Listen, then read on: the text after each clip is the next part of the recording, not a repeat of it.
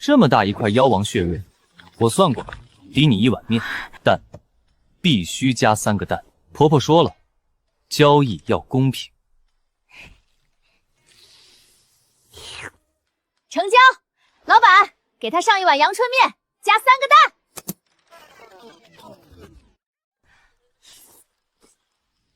真不吃？我不饿。10文钱一碗，加蛋2文，我请你。无功不受禄，婆婆说了，出门在外不能随便欠人人情。这傻小子，嘴倒是硬得很。既然尤大人不愿欠人情，那咱们做个买卖如何？什么买卖？我告诉你，剑不能卖。我身上的金袍是司礼公务，也不能抵押。谁要你的剑和袍子？翻江妖王的尸首在你这儿吧？是。我要的不多，切这么大一块肉给我，这顿饭我请。你要妖魔血肉？不行，不行，这可是公务。婆婆说了，是要上交给总司入库的。真香！这店家的手艺不错，用的还是猪油，那叫一个地道。那妖王身躯数10丈，少说也有几万斤重。这一路颠簸，稍微缩水那么一点点，不是很正常吗？再说了，那畜生是你杀的吗？不是。那是谁杀的？是你。既然是我杀的，那我拿一点，过分吗？这妖是他杀的，只要指甲盖那么大一块，还请我吃一顿有3个荷包蛋的面，怎么算都是我赚了。只要指甲盖那么大？就这么大。怎么突然变冷了？老板，给他上一碗阳春面，加3个蛋。好嘞。30丈长的妖尸，几万斤的肉，这一路3000里，若是能把这傻小子身上的存货都骗过来，慢点吃，不够还有。江姑娘，你是个好人。我也这么觉得。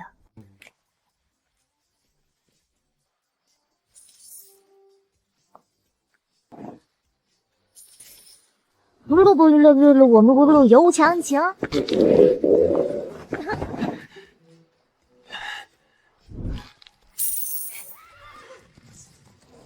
这傻小子于这人情世故算术交易上，简直单纯的像张白纸。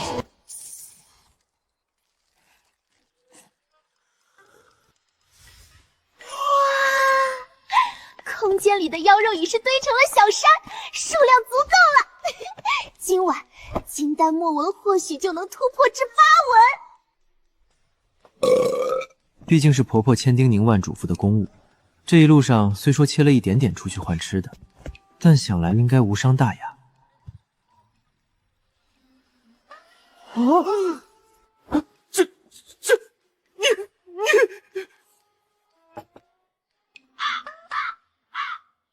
不是你自己要换的吗？你别看我，我告诉你，真没了，1两都没了。尤大人误会了，我只是想提醒你，前方风沙大，把衣领紧一紧。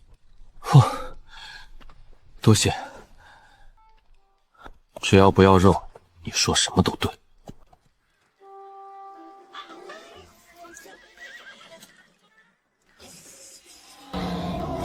有妖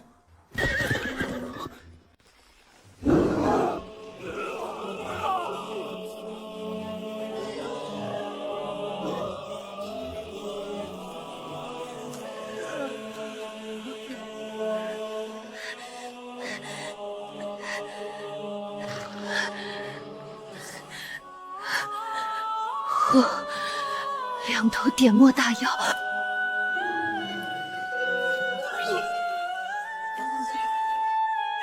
住手！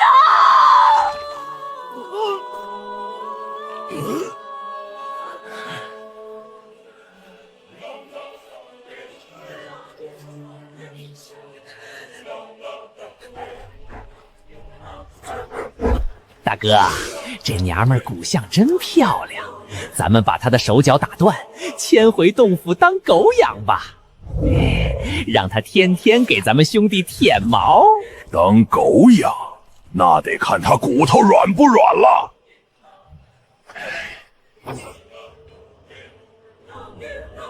你们镇魔司不是最讲究护卫人族吗？给你个机会，爬过来，把老子爪子上的灰点干净，点干净，我就饶了他。你做梦！不舔，那他就死。姬大人，镇魔司只有站着死的人，没有跪着生的狗。属下先走一步。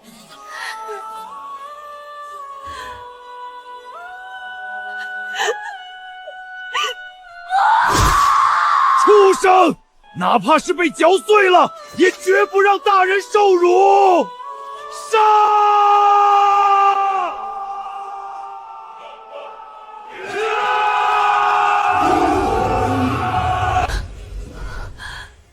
不知死活的东西，老子现在就废了你的修为，当着你的面把他们一个个干掉！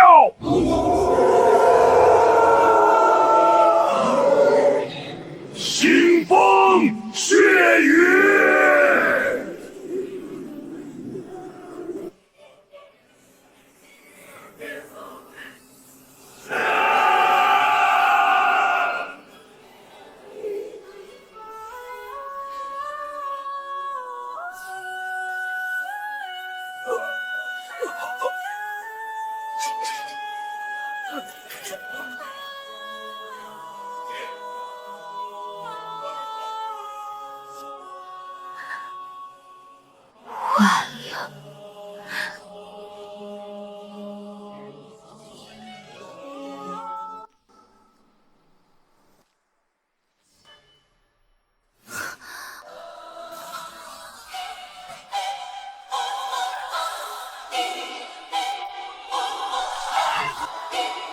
半山填海，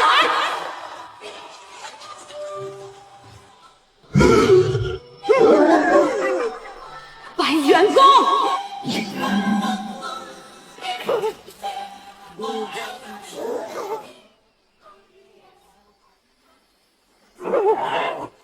子路，上！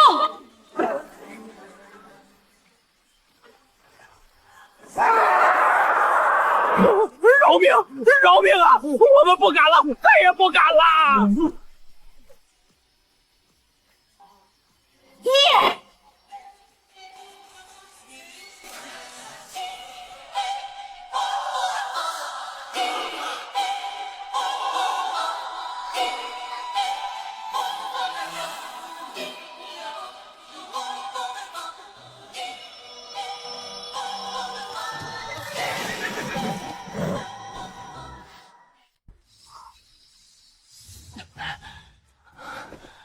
妖魔在，半山填海，一刀斩双妖。他修的到底是个什么怪物灵印？收。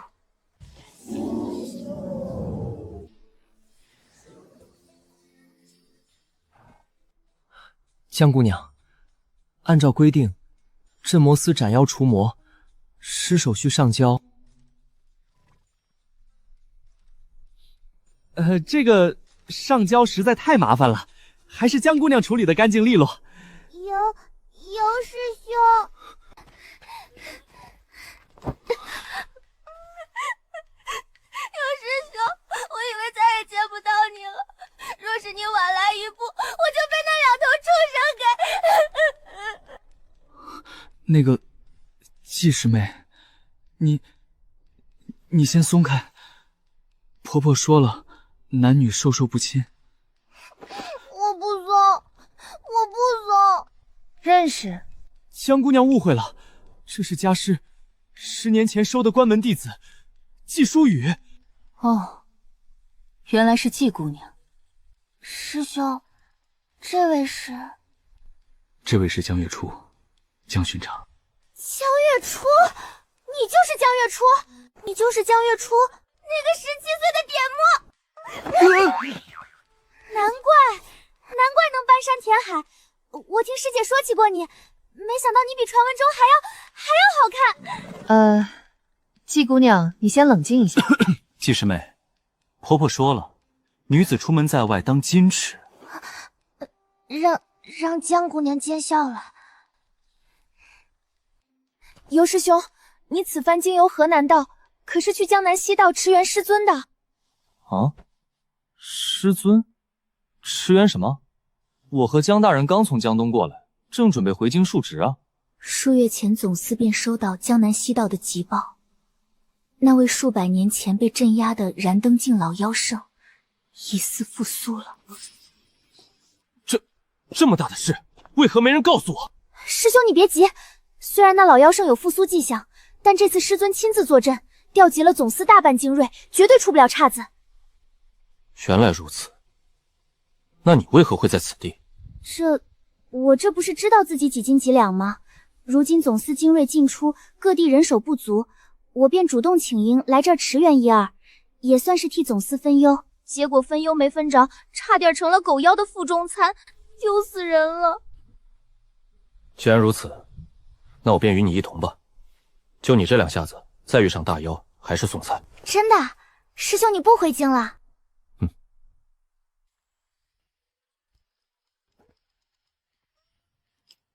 江姑娘。江姑娘。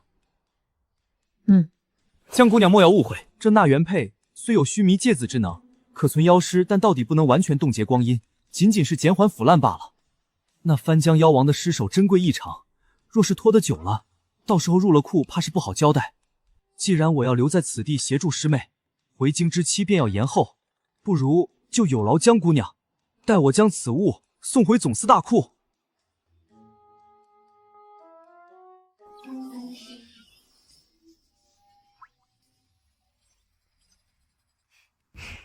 哦，尤大人就这么放心我？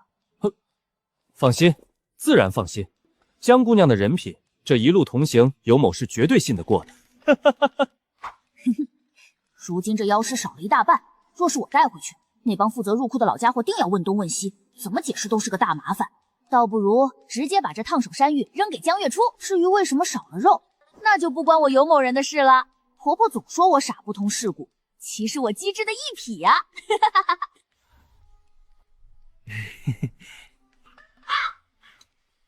行，我办事你放心。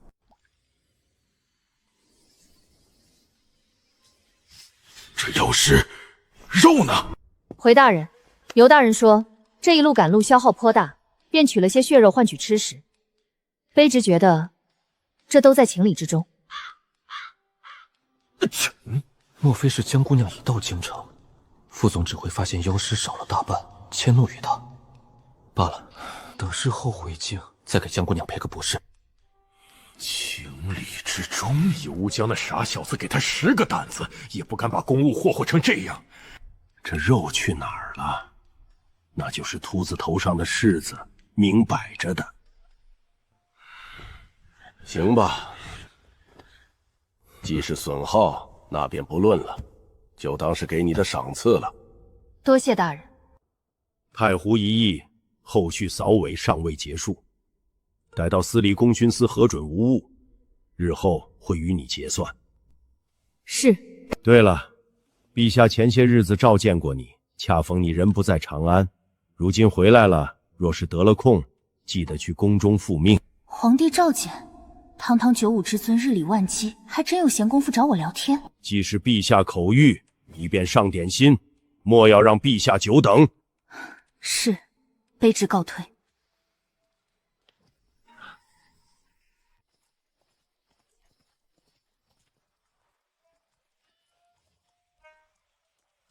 这是魏公府邸，哪怕是朝中大臣来了，也得递了帖子在此候着。哎呦，谁搞的？江大人，手下的人眼拙，这日头大，晃了眼，差点没认出您来。您这是来找我家小姐的？卫青可在府上？在。小姐这2日都在府里闷着呢，说是身子乏，谁也不见。不过若是知道您来了，指不定多高兴。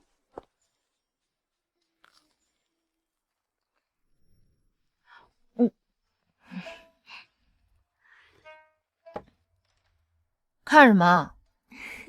看不够。我听府里的下人说，外面都在传，说镇魔司有位新银袍巡查，生得青面獠牙，身高8尺，以点墨之境，一刀就把太湖的众莲妖王给劈了。倒是没想到，竟是你呀！青面獠牙，身高8尺，怎么不说我3头6臂呢？果然，谣言害人不浅。咱们江大人明明生得这般好看，若是让那些传闲话的……行了，刚才进门时听老门房说你这2日身子乏，连门都懒得出。我看你这气色红润，倒不像是病了。是谁惹了咱们魏大小姐？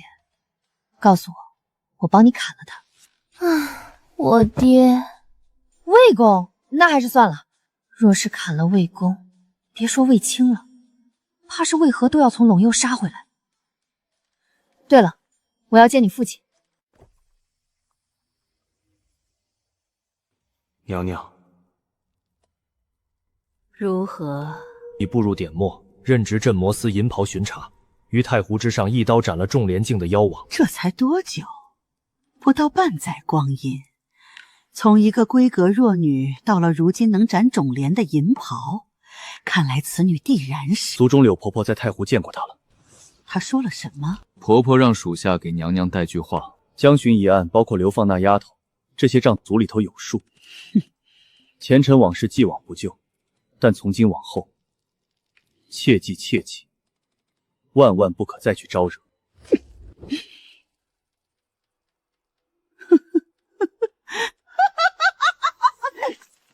好一个不去招惹！你是柳家的人，婆婆是柳家的老祖，你们一个个的都让哀家忍，哀家忍了半辈子。如今就因为她有点本事，族里就要我收手。当年谁不知道明妃怀了妖胎？那江月初8成是明妃所出。若是能证明她是半妖，那坐在龙椅上的那位堂堂大唐天子与妖族余孽同母所出，这江山这社稷还能容得下他吗？到时候只有哀家的景儿才是这大唐唯一的正统。你告诉哀家不招惹，你们不是要保大唐吗？不是要保柳家吗？让一个妖孽窃据神器，这就是你们所谓的为了大唐。娘娘，您魔怔了。婆婆说了，此事她亲自确认过。确认过？哪怕她能瞒过镇魔总司的宝具，但在婆婆的天眼神术之下，可以肯定，江月初是人。江月初是人，纯纯正正的人族血脉，体内没有半点妖气。江月初不是妖魔子嗣。是人？怎么会是人呢？若他是人，那我这20年的隐忍算计，将他发配龙月的谋划，岂不都成了一场彻头彻尾的笑话？柳家乃是千年世家，与国同修。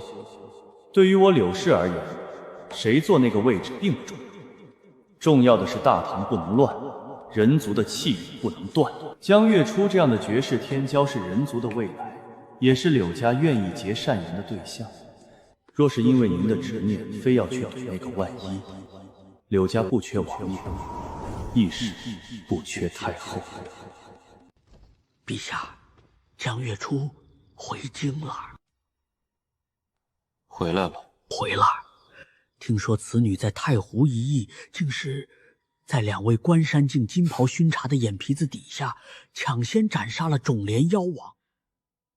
17岁，斩种莲。朕若是没记错，当初太祖在他这般年纪，也不过如此吧。陛下。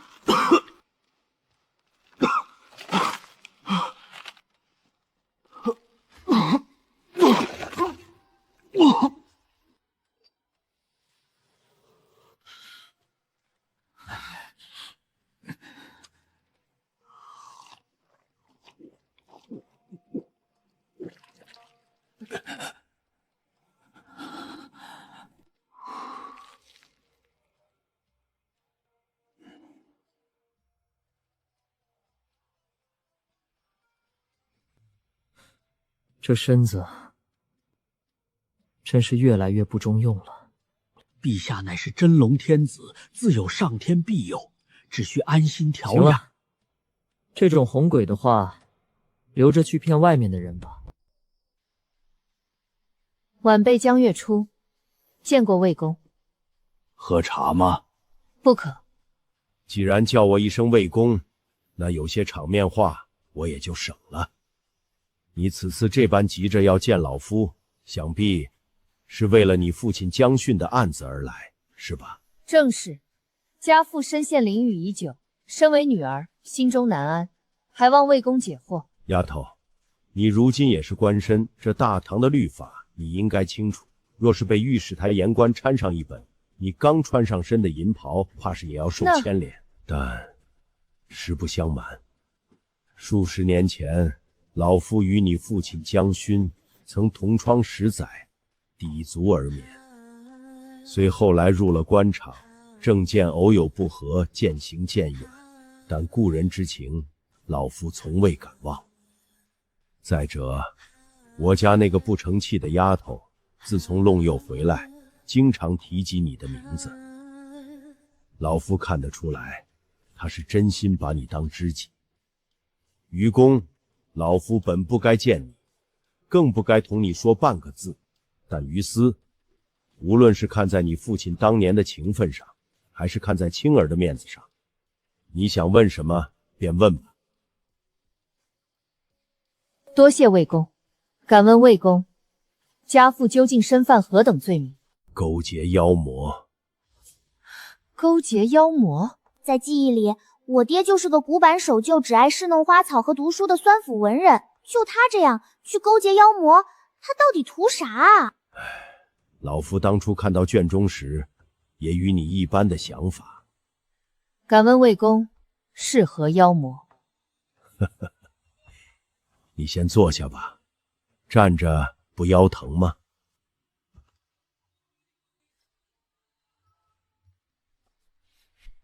？16年前，上元夜，万家灯火，长安城内却妖气冲天。那一夜，我大妖不知通过何种手段，竟是避开了镇魔司的监察，混入了皇城大内。不对，长安乃是天下龙气汇聚之地，寻常妖魔莫说是混进去，便是靠近，一身实力也会被国运压制的死死的。唉，这也是此案当初最大的疑点。长安有国运镇压，便是妖圣亲至，修为也会被削去一半。可那一夜，禁军死伤过半，宫女太监更是死伤无数，甚至连当时的明妃娘娘也惨死于那场祸乱之中。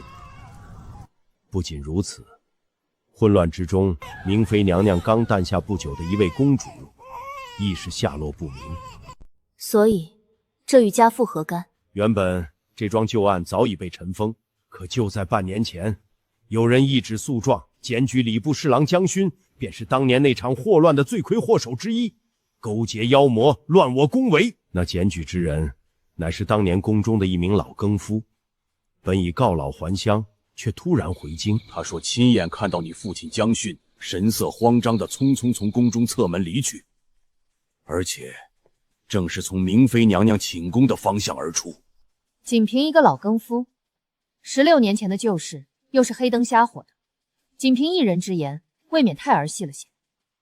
若只是人证，尚可推脱，但物证却是铁一般的存在。物证？半年前，大理寺奉旨查抄江府，在你父亲的书房暗格中搜出了一枚玉佩，通体青碧，内蕴血丝，雕工乃是以失传的透雕奏法，内里的龙纹随着光线流转，仿佛活物，其名为青鸟龙纹佩。青鸟龙纹佩，没听说过。你不知道也不足为奇。此物乃是当年明妃娘娘入宫之前的贴身之物，据说是其母族传承下来的至宝，世间独此一枚，绝无仿造的可能。当年明妃惨死，玉佩下落不明，没想到倒是在你父亲书房中被翻了出来。我去，明妃入宫前的贴身至宝，为什么会出现在一个礼部侍郎的书房里？这便宜老爹该不会胆子这么大，真给皇帝戴了顶绿帽子吧？不对，若是仅仅与妃子私通，为何又要勾结妖魔？完全可以趁乱私奔啊！何至于让妖魔入宫，还害死了明妃？除非那一夜他入宫并非为了私情。更让老夫没法子的是，自打入了狱，无论老夫怎么审怎么问，你父亲江训是一个字都不肯说，人证物证俱在，他又拒不开口。老夫能做的也只能是顶着莫大的压力，借口疑点重重，先这么硬拖着，但也拖不了太久了。魏公今日之言，晚辈铭记于心。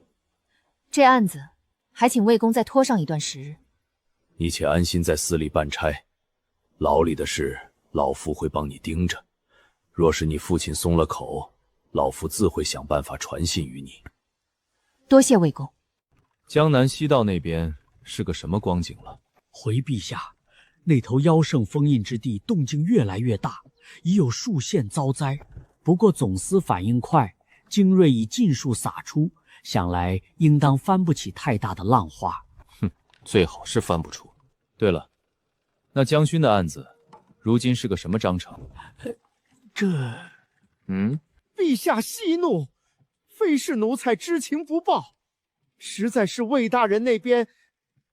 据手下人报，从一开始，魏大人便将好些线索都给压下来了。哦，魏文达顶着这么大的压力也要拖，想必这案子定然有几分蹊跷。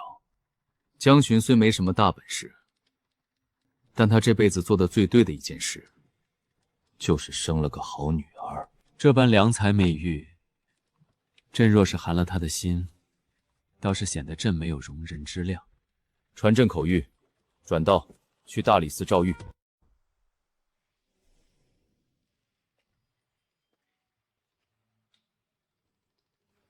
如何？回大人，还是老样子，饭吃了，书也看了，可就是一个字都不肯吐。大人，恕卑职直言，这里是诏狱，这般好吃好喝供着，光靠一张嘴问，能问出个什么来？若是上面催得紧了……行了，老夫心里有数，退下吧。是。江兄啊，江兄，你这又是何苦？妖魔乱宫闱，明妃惨死，公主遗失。偏偏那一夜你出现在明妃寝宫外，偏偏书房里藏着青鸟龙纹佩，再加上如今月初那丫头展现出的恐怖天赋，所有的线索串联在一起，或许那丫头还真是那位遗失的公主。可若是这样，你为何不肯开口？只要说出真相，证明那丫头的身世，为了皇家颜面和遗失的龙种，陛下绝不会治罪，甚至这是泼天的富贵。难不成早年间的那个传闻是真的？若是那个传闻是真的，一切便都解释得通了。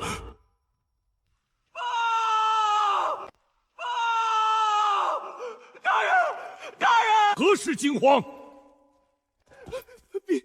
陛下，陛下亲旨，如今已经进了诏狱大门了。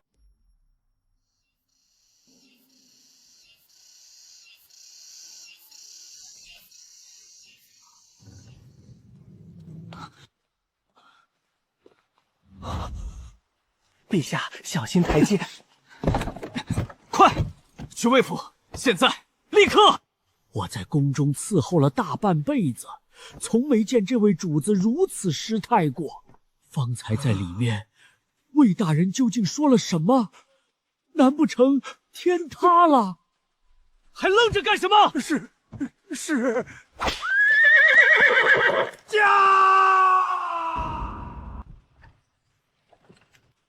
陛下，并非老臣有意欺瞒，实在是江巡身上的事太过惊世骇俗。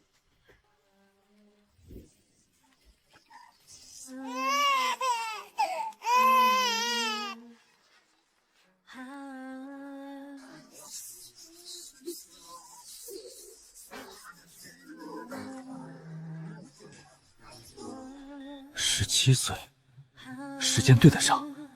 太湖斩龙，身负大机缘，这等精彩绝艺，仿佛天授般的武道天赋。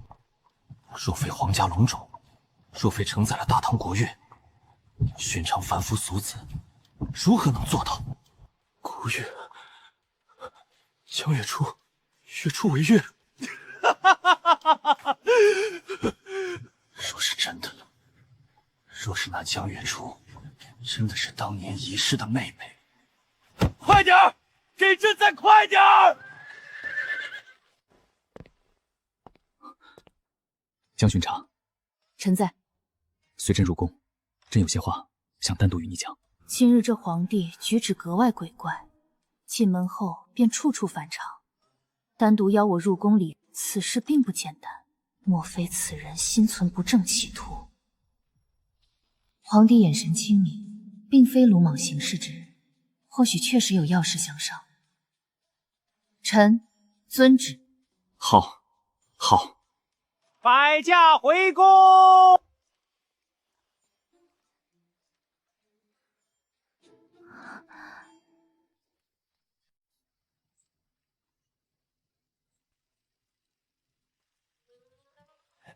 陛下素来不近女色，近日举动太过反常，此事传开，后果难料。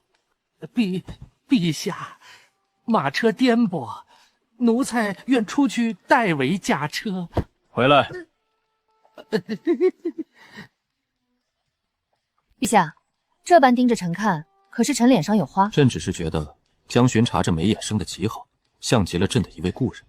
这货私底下竟如此油腻，这搭讪的套路也太老土了吧！陛下谬赞，天下之大，相貌相似者何其多，或许只是巧合。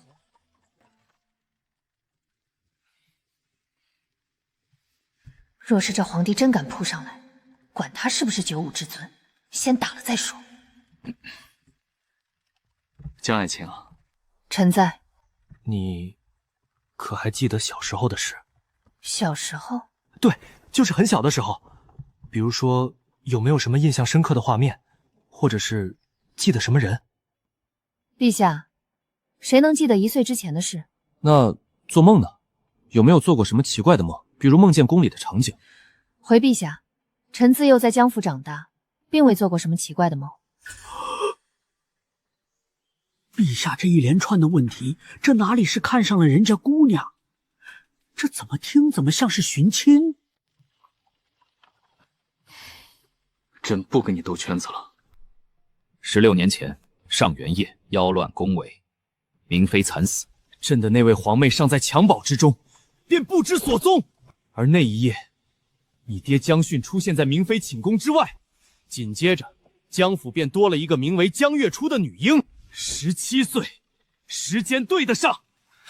更重要的是，天赋。魏文达查过你，你在江府之时根本没有练过武，可如今17岁点墨，太湖斩种莲，更有那如神助般的武学进程。哪怕是太祖转世，也不过如此。若非天家血脉，若非这大唐国运加深，你凭什么？凭什么？凭老子有挂呀！陛下的意思是，臣便是那位遗失的公主。是，朕几乎可以肯定，你便是朕的皇妹。陛下，这未免太过巧合了。且若臣真是公主，江勋为何不说？哪怕是进了诏狱，受了那么多苦，他从未吐露过半个字。这也是朕想不通的地方。但不管他为何不说，朕都要弄个清楚。今夜带你入宫，便是为了此事。太庙之中有太祖留下的灵璧，是与不是，一验便知。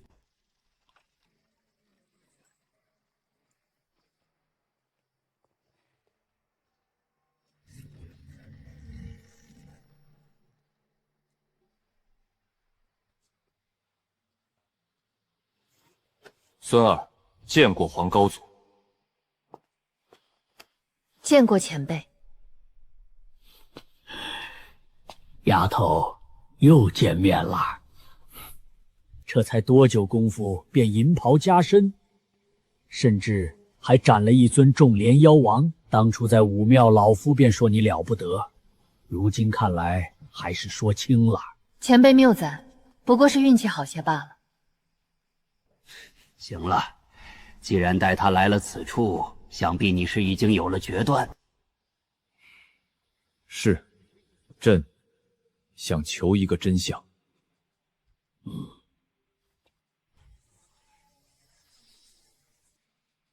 此乃灵璧，乃太祖当年立国时所留，连通着我李家的大唐龙脉。每一次开启，皆需消耗皇高祖的寿元。若非有90%把握，朕绝不敢惊动高祖。原来如此，难怪这老头看着一副行将就木的模样，原来搁这儿被当做充电宝使呢。丫头不必有什么负担，以你的天资，若真是我李家血脉，哪怕是折寿10年，也是值得的。既然有好处拿，又没风险，话都说到这份上了，再矫情就显得不识好歹了。怎么做？滴一滴血进去，一旦确认是我李家血脉，这灵璧中积攒了数百年的大唐龙气便会倾泻而出，为你洗精伐髓。寻常武夫苦修数10载，也求不来这一丝龙气入体。难怪开启一次要消耗这老头的寿元，原来有这等实打实的好处。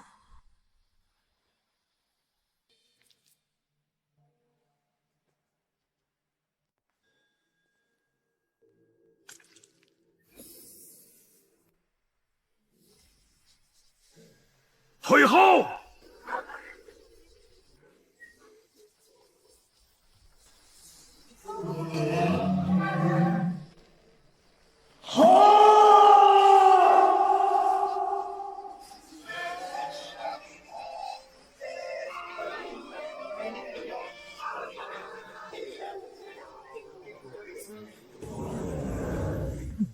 这是九龙齐出，9为数之极，九龙齐出，乃是太祖当年的气象，此乃天命所归，万世之基。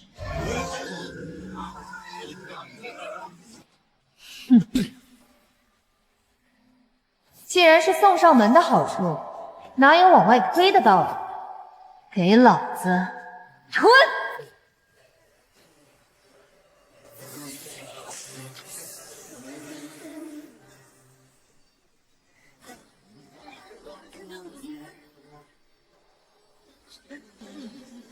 剑墨入种莲，破而后立，向死而生，碎丹！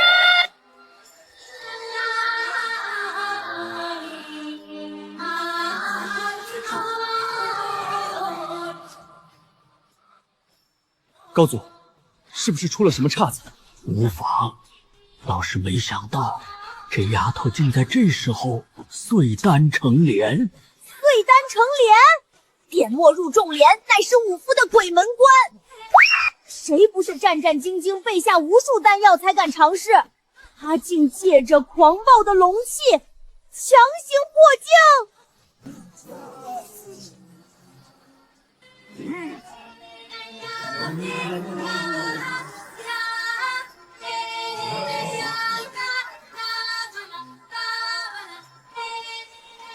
给我赢！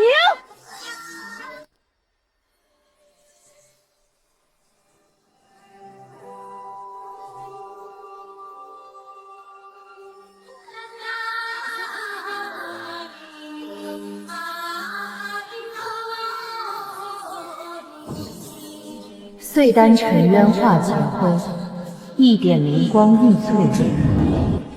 昔日墨池腾云雾，今高莲开化玉髓。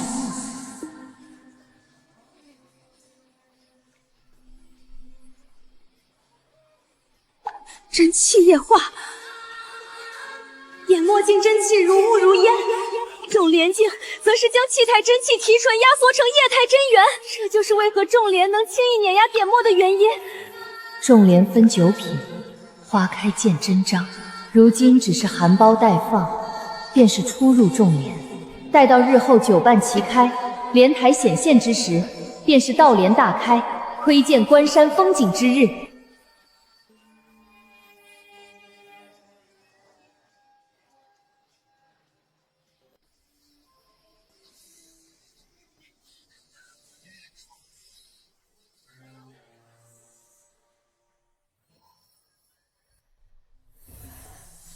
这就是种莲吗？若是现在的我再遇到太湖那头大妖，根本无需费力算计，也无需燃烧数千年道行，仅凭肉身便能将他生生锤爆。好丫头，借龙气碎丹，这般魄力，这般手段，灵璧九龙，非嫡系血脉不可引；龙气贯体，非天家骨肉不可成。既然灵璧已有感应，那你便是朕的亲妹妹，是我大唐的长公主。将寻一案，朕明日早朝便会下旨彻查，谁敢动朕的妹妹，便是与朕为敌，与这大唐国运为敌。至于那些在背后搞鬼的魑魅魍魉，朕一个都不会放过。多谢皇兄。好，孤月，这些年你在外头，以后日子还长着，急什么？也不看看现在是什么时辰。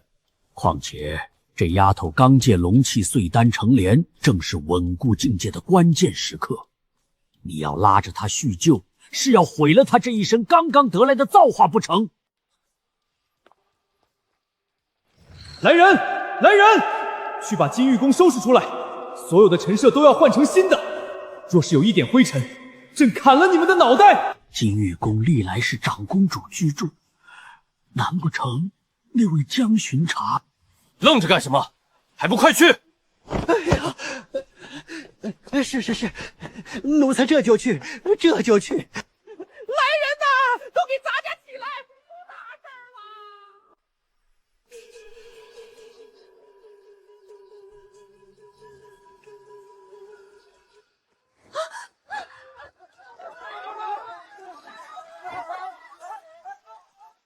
快！把那床云丝锦被拿出来！对，就是江南进贡的那床。地龙烧热了吗？若是冻着了贵人，咱家剥了你们的皮！姐姐，这是出什么大事了？这阵仗，莫不是陛下要纳妃了？嘘，别瞎猜。我方才听干爹说了，不是纳妃。听说是长公主回来了。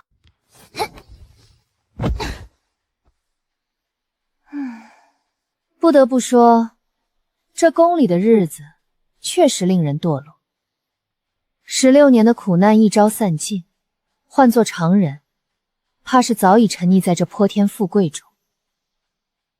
但我不能把身家性命寄托在别人的恩宠之上，着实愚蠢。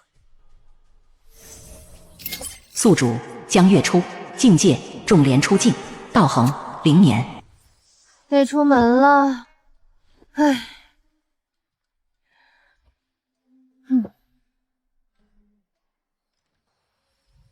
如今狐妖虽然空闲，但每日还需要为其他几个提供道行，再加上最近没进账，道行消耗一空也在意料之中。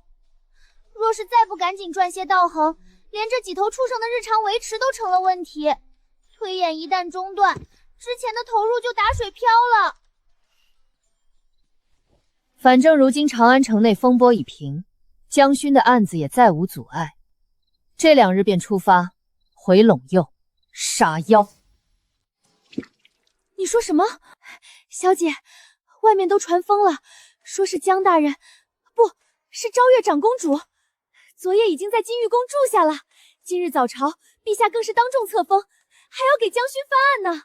昨晚看着月初被皇帝带走，我还担心了一宿。正想着怎么求老爹去把人捞出来，结果一觉醒来，好闺蜜变公主了，而且还是长公主。完了，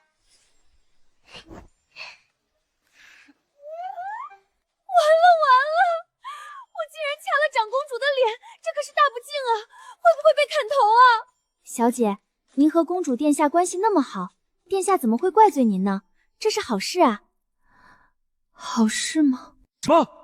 那丫头是长公主。赵大人，这可是天大的喜事儿啊！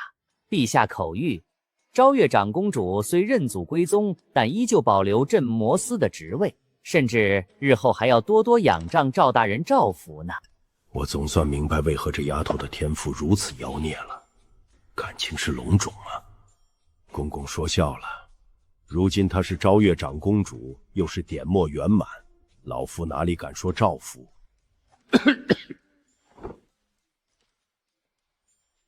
赵指挥使有所不知，殿下如今已步入种连。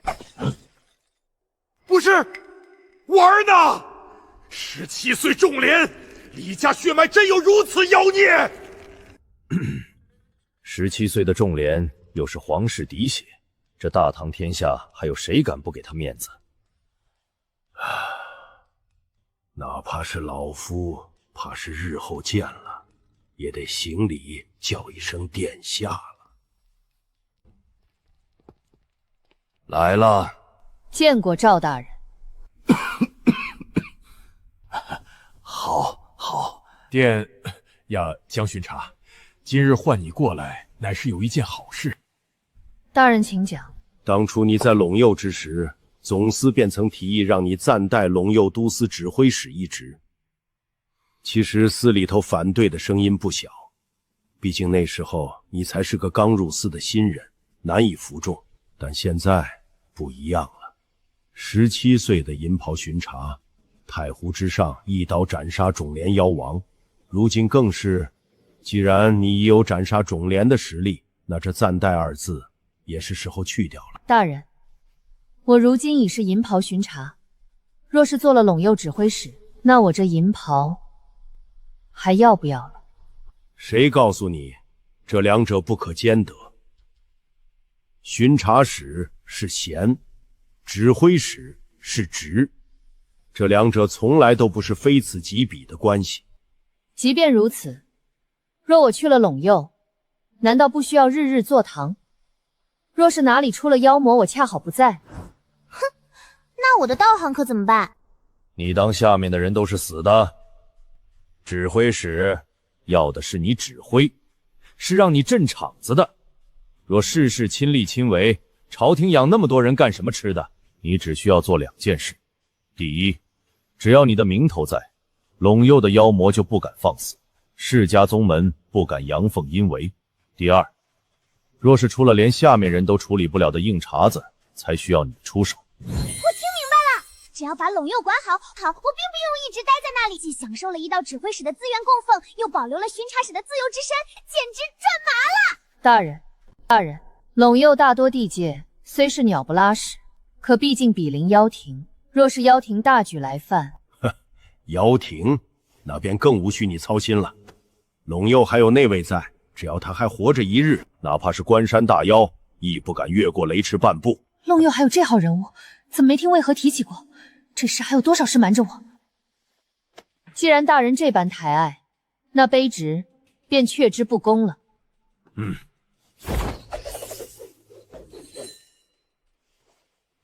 尽快回陇右一趟，总司会派人传信于陇右都司。至于其他东西，临走前再来找老夫领。是。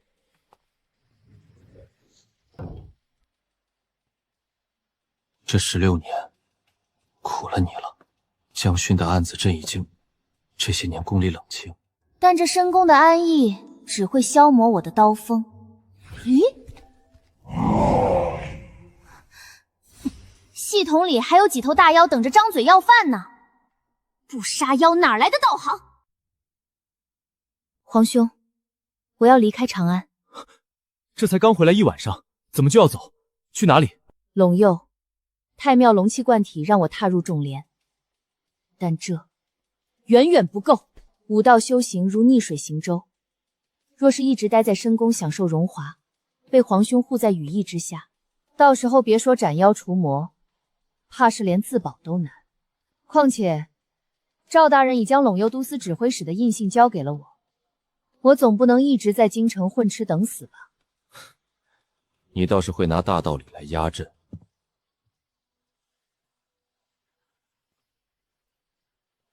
既然你意已决，那皇兄不拦你。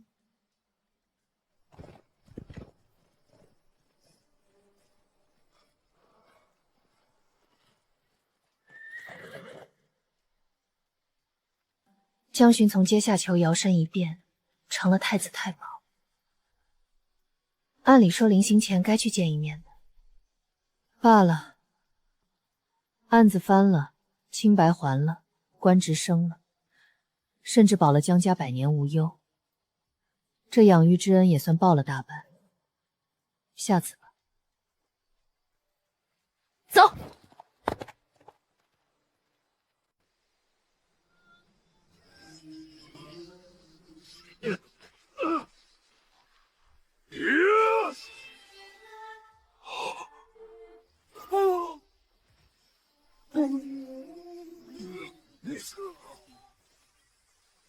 这畜生真是硬，这畜生皮粗肉厚，怕是已有名古后劲。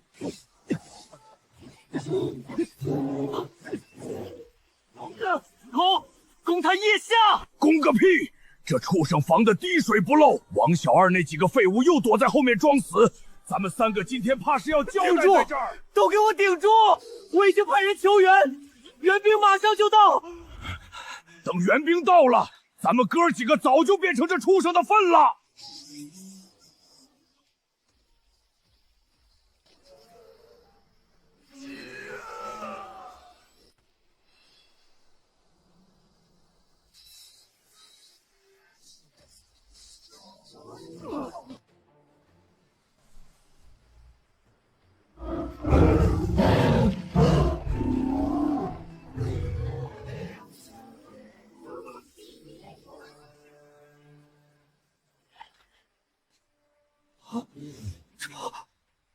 这是……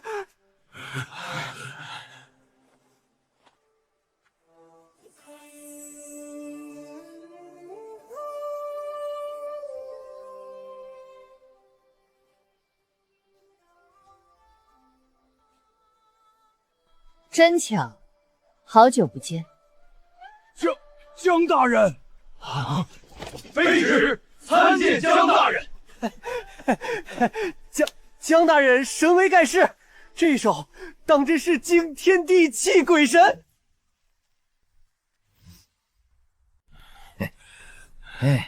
还能动吗？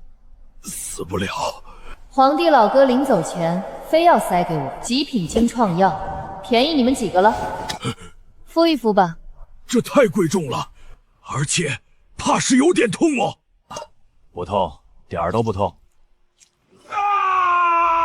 司徒吕，你轻点儿！大人，是从长安回来的。方才那动静，大人如今的修为，怕是早已非我等能想象了。给你们留的东西可吃完了？早没了，这和尚嘴馋，大半都进他肚子里了。出家人不打诳语，陈施主莫要含血喷人。贫僧只是喝了点酒，那肉可都是你和刘施主分的。那个江大人，您看这妖物已除，要不咱们先回凉州府，卑职做东，请大人去福运楼为您接风洗尘。不必了。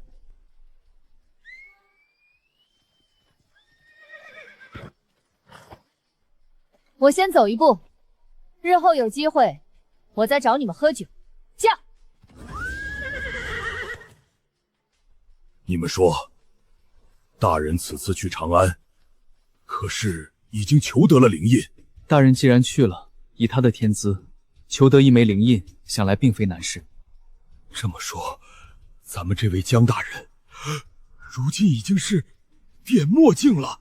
17岁的点墨境，放眼整个大唐，怕是也找不出第二个了吧？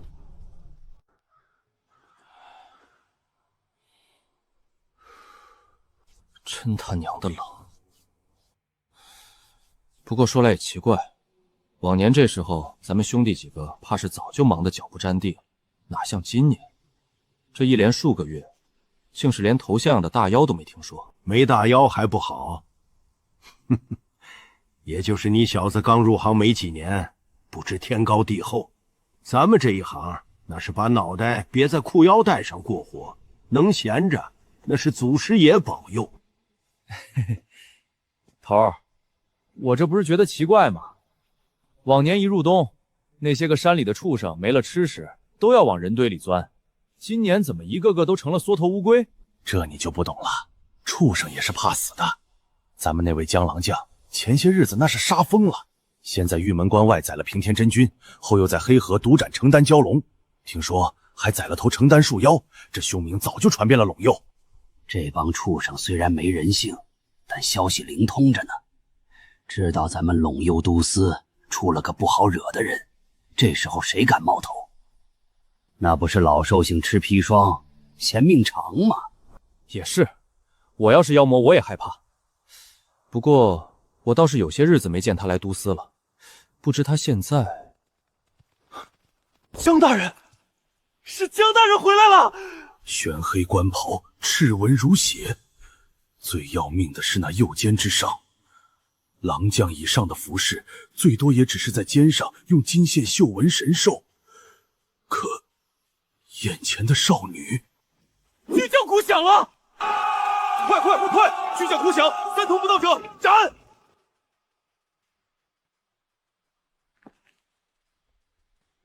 任命江月初为陇右道镇魔都司指挥使，统领陇右一切镇魔事宜。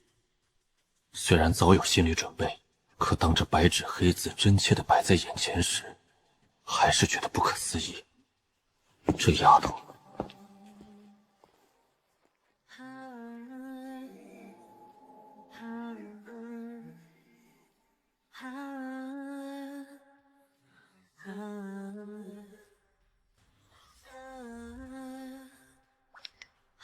这丫头怎么还是这般模样？下官为何见过指挥使大人？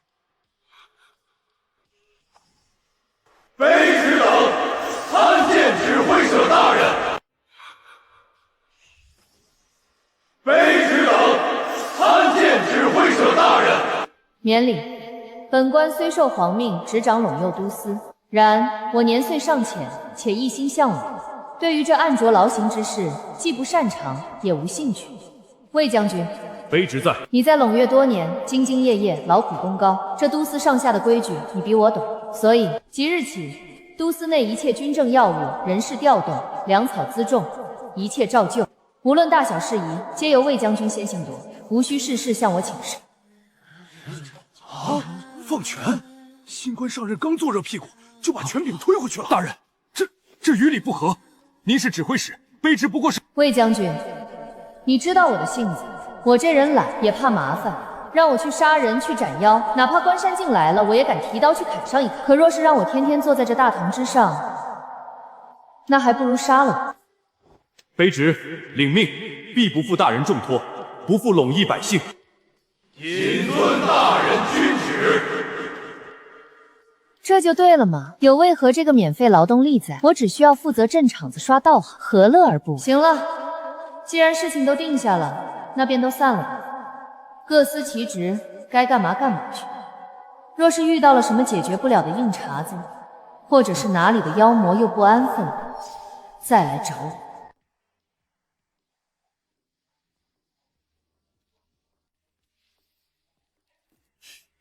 这就是所谓的衣锦还乡。这才多久，怎么还生出了一股物是人非的萧索感？既然来了，便进来吧。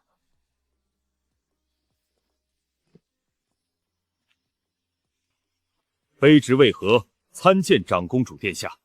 魏将军，这也没有外人。礼不可废。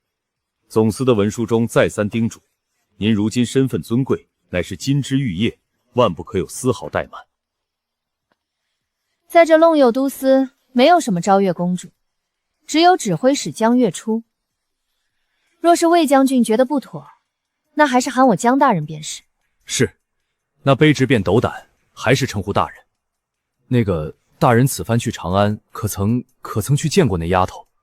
见过了。那丫头在京城可好？挺好的，能吃能睡，看着比在凉州时还胖了一圈。那就好，那就好。大人，其实卑职此番前来，还有一物需转交给您。何物？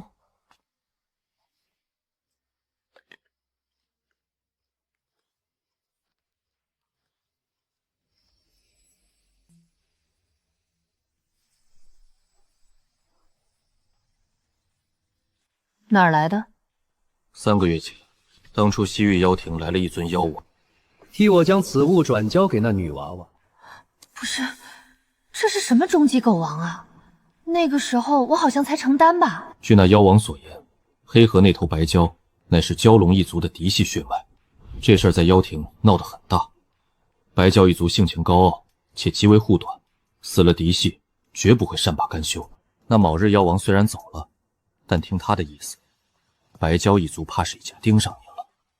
明枪易躲，暗箭难防。蛟龙一族底蕴深厚，若是真有族中大妖亲自来大唐，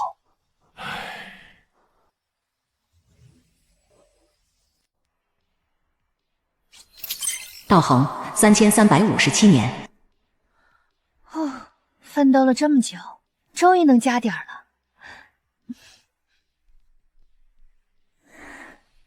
如今仅仅有黑白二蛟还未加点过，但光收录黑蛟便已经消耗了近4000年的道行，想要更进一步怕是不够。那么现在只有白蛟这一选项，灌注白蛟蛟序。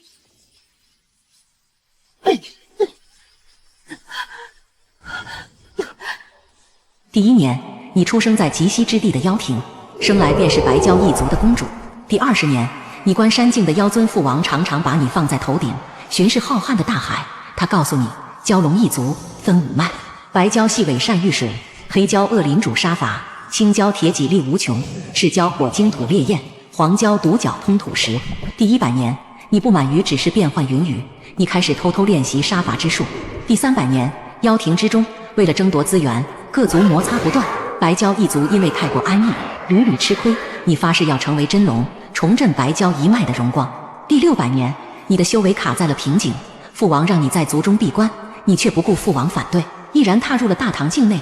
第618年，一个老得掉牙的白猿找到了你，他自称来自妖庭，帮助你凝聚龙珠。第621年，龙珠刚有一丝雏形，大唐皇帝便御驾亲征，铁骑踏破妖庭。听说连你那不可一世的父王都在那一战中受了重伤。第630年，你开始暗中抓捕落单的人族，研究那门禁术。第644年，你终于摸透了此术的关窍，找到了黑鳞水怪，将秘术传授于他，让其去寻觅人族女子，施展此术，借人族先天之气孕育妖胎。你开始期待这般生下来的东西究竟是人还是妖。消耗3100年道行，白蛟蛟许进度已达染珠，获得妖物馈赠5品阶，化龙精残1圆满。化龙精残1，取蛟龙蜕变之意，变血化气，强助肉身，修至大成，可身化真龙，获得真龙种种神通。借腹生子，这竟是妖族为了针对人族琢磨出来的邪门手段。不过妖皇子嗣遗留在长安，长安城乃大唐龙脉所在，寻常妖魔进去便要被压制修为，能藏得住？除非与16年前明妃一案中现身的大妖有关。想那么多有个屁用，我本来就不擅长动脑子，管他什么妖皇鬼皇，若是真敢冒头，到时候一刀剁了便是。残卷，蛟龙分5脉，如今给了残卷1，莫不是要集齐5脉蛟龙，才能拼凑出一部完整的真龙宝典，能化作传说中的真龙，苛刻点倒也说得过去。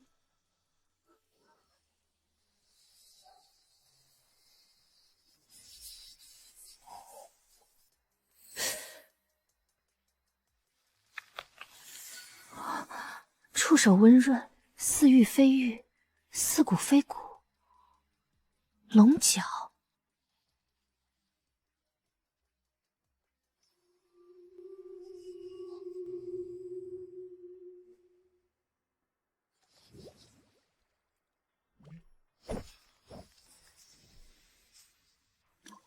无中生有，凭空流水吗？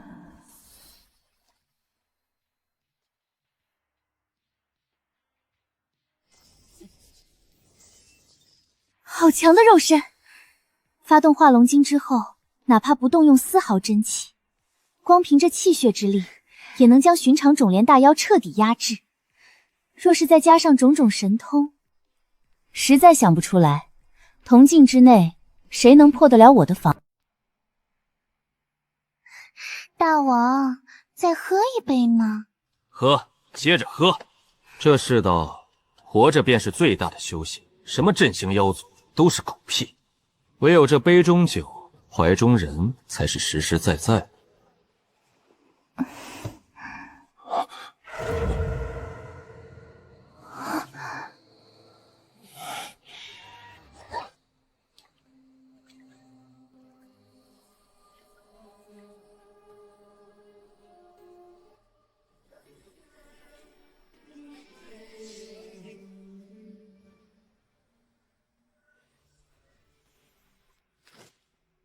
哟，卯日老弟这日子过得可是比咱们滋润多了。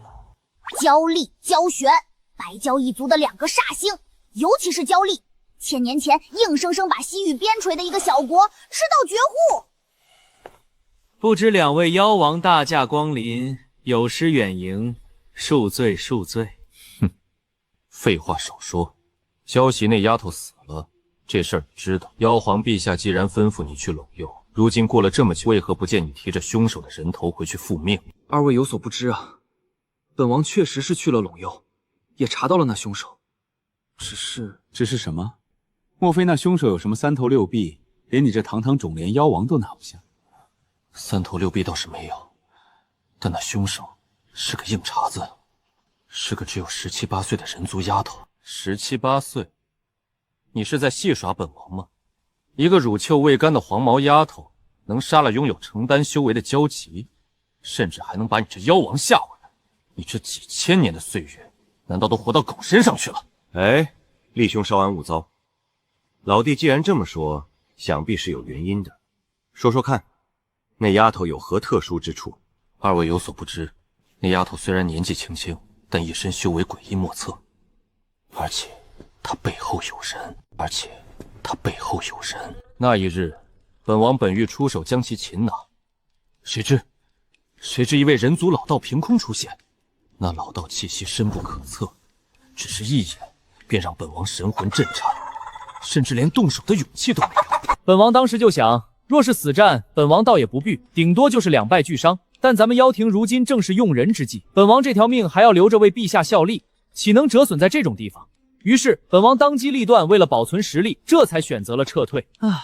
老道士，而且那老道还让我给2位带句话。哦，什么话？他说，若是不想让白蛟一族绝种，就老实待在西域这泥坑里玩泥巴。若是敢吐入大唐半步，我便亲自来妖庭抽了那条老泥鳅的龙筋。放肆！区人族，竟敢辱我族尊严！既然那丫头这么厉害，本王倒要亲自去会会她。罢了，若是凶手真是个小丫头，我们2妖一妖拖延，一妖斩首，足够了。告辞。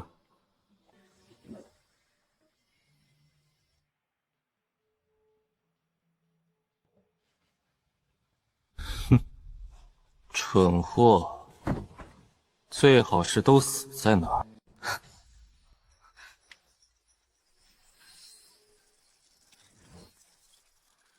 这震动的频率，显然不是寻常小妖过境，100里之内有大祸。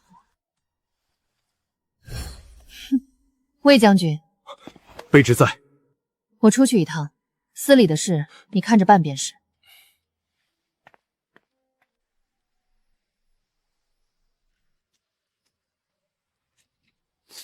捞着没？没呢，这井太深了，够不着。那你再往下一点。俺爹说让俺平日里当心些，千万不能让俺家绝后了。绝后是啥意思？就是俺死了呗。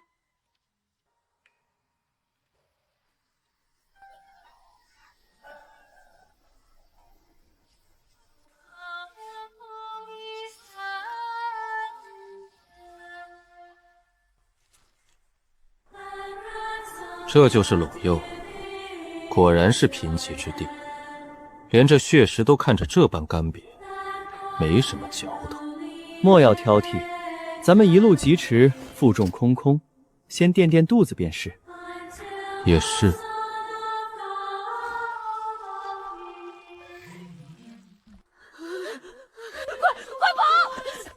好，在本王面前，你们这些两脚羊还想跑？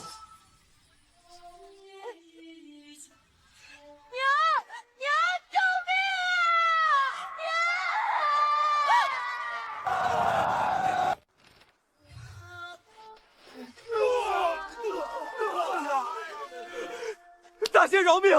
大仙饶命啊！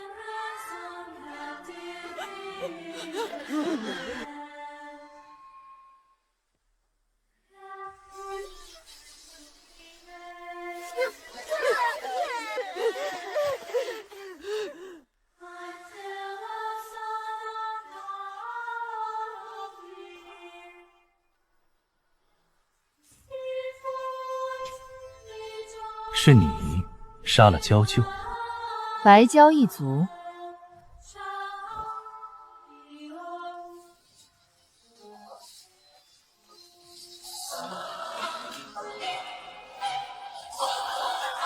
找死！区区一个人族丫头，见了2尊妖王不跪地求饶也就罢了，竟还敢主动出刀！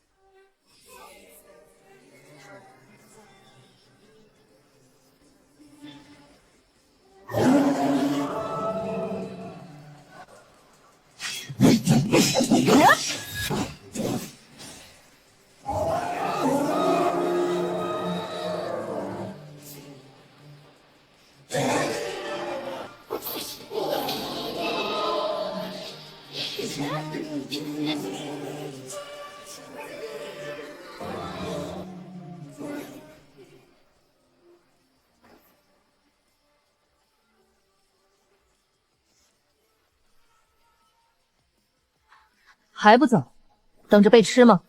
快跑！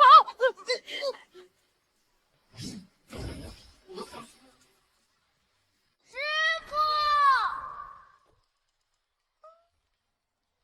没米了，真的没米了。昨儿个您非要喝酒，把买米的钱都换了那2两猫尿，今儿咱们吃什么？嚷嚷什么？肚子饿那是你心不静，静下来自然就不饿了。那您别偷吃我藏的烤红薯啊！昨晚我明明藏在神像后面的，清早起来就剩个皮了。水。修道之人的事儿怎么能叫偷呢？我还以为那是祖师爷显灵。反正我是饿不动了，您要是再不想办法，徒儿明儿个就下山去了。听说山下那刘寡妇家在招长工。嘿，你个小兔崽子！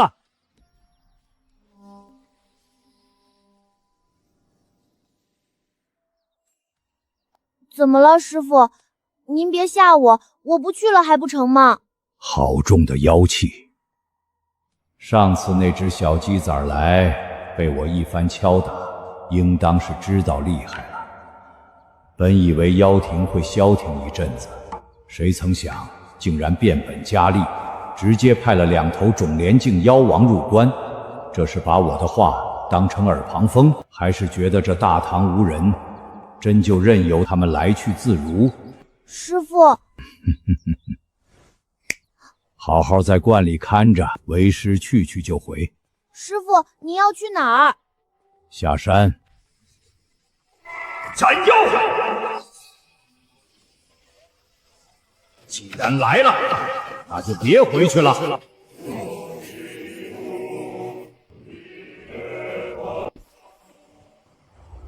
难怪娇躯会折在你手里，这般年纪竟是步入种莲。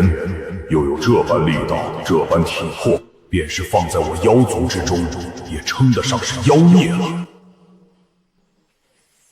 眼下的2头蛟龙，实力和血脉都要比太湖那头种莲大妖强性不少。不过，既然来了，那便只有死人或是死妖。方才不过是试探罢了，并未动用全力。眼下摸清了这丫头的路数。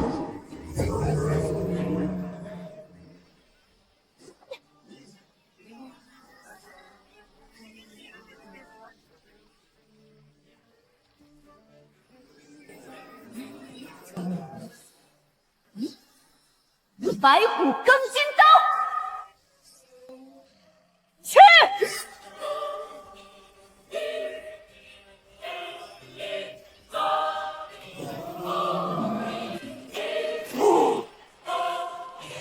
动手！去！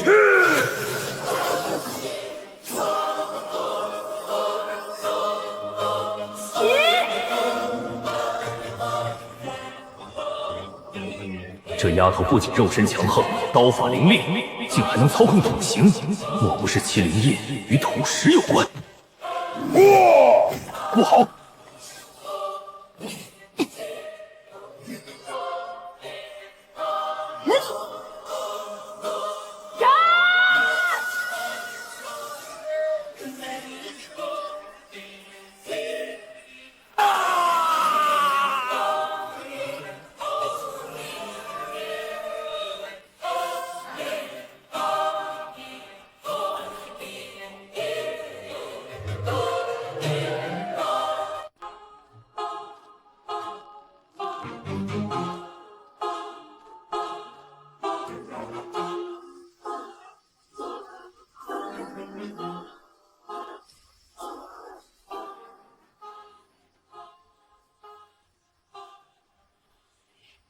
这是真龙之象。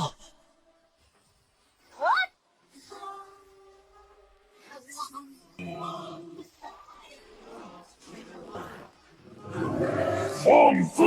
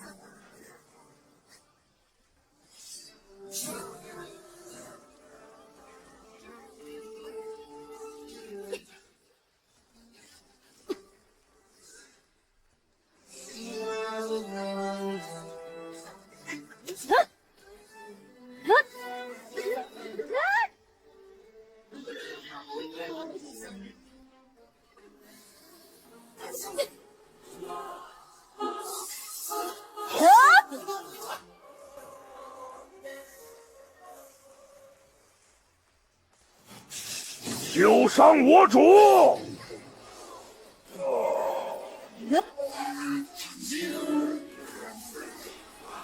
找死！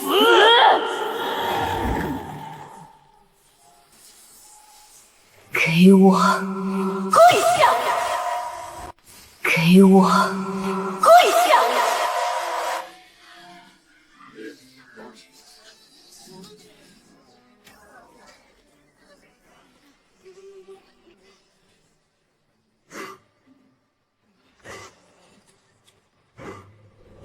我才是专修肉身的种莲妖王，如今竟是不敌一个小小人族，这究竟是什么怪物？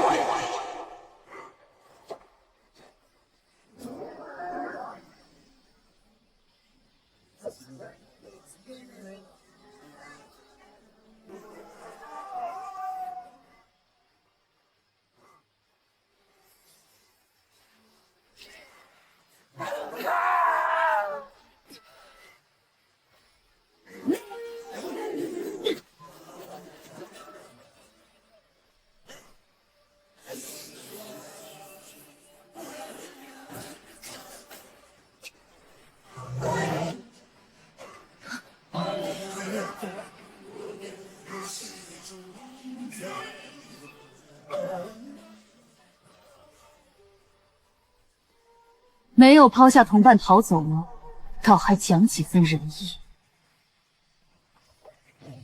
没办法了，没办法了，死毁龙珠也得活下去。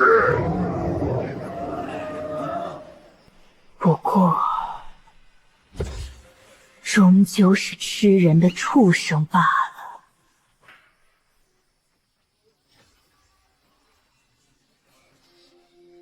还是去死吧！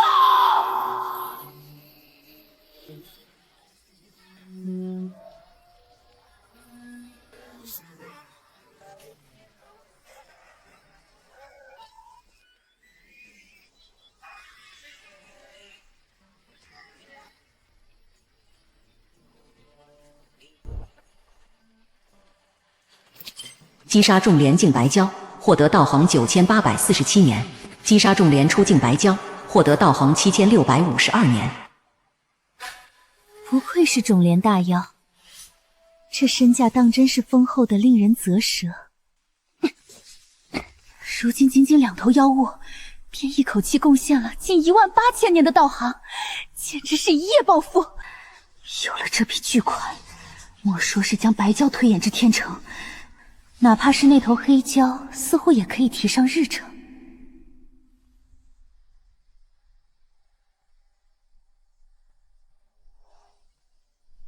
方才那一战，换作平日，我出刀向来只求杀敌，力求简洁高效，绝不会多出一拳。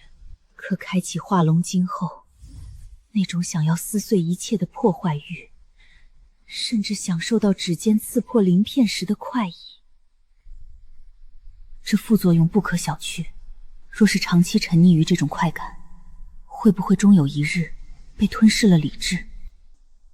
罢了，力量本身并无对错，端看握在谁的手里。若是连这点自信都没有，还谈什么斩妖除魔、登临巅峰？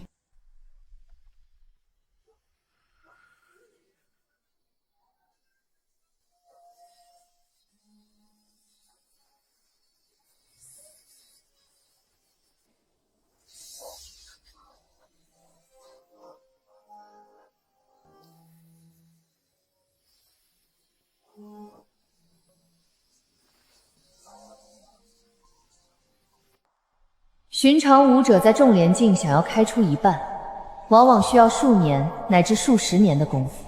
可如今仅仅是吞噬了2头妖王，便让我连跨2个小境界。果然，还是得靠努力与汗水吧。有些遗憾，这一次并未触发那极低概率的掠夺效果。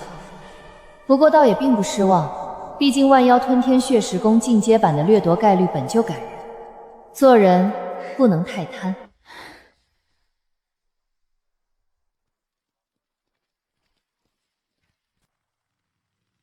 面对种连境的大妖，这些人来了不过是多送几条性命罢了。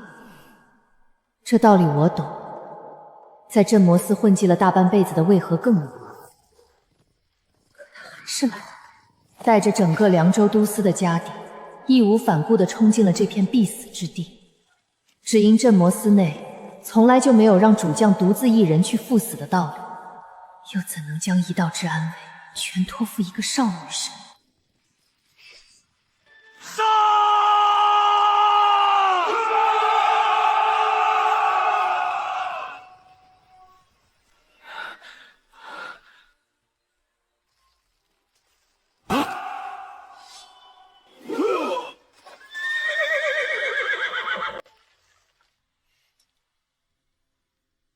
你们来的正好。这2具尸体头上的皮肉虽烂了，但其余都还算完整，莫要浪费了，带回去吧。这可是种连境啊！我都已经做好了全军覆没，拼死也要护送大人突围的准备。你一个人斩了2头种连妖王。魏将军在，卑职在。愣着干什么？是，快！指挥使发话，你们听不到吗？赶紧干活。是。焦丽那厮肉身之强厚，铜镜难逢对手，哪怕是我关山之境，也不敢以肉身与之硬碰。无量那个天尊，竟是被这丫头按在地上暴踹。17岁的仲莲，还是这般蛮不讲理的仲莲，这就是李家的种，这就是大唐的气运。罢了，往后怕是不用贫道操心了。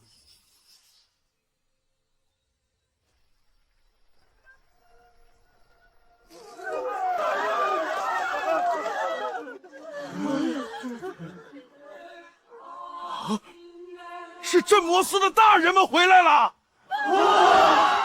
咱记得方才那会儿才听见出城的动静，说是城外出了不得了的大妖，咋这么快就撤回来了？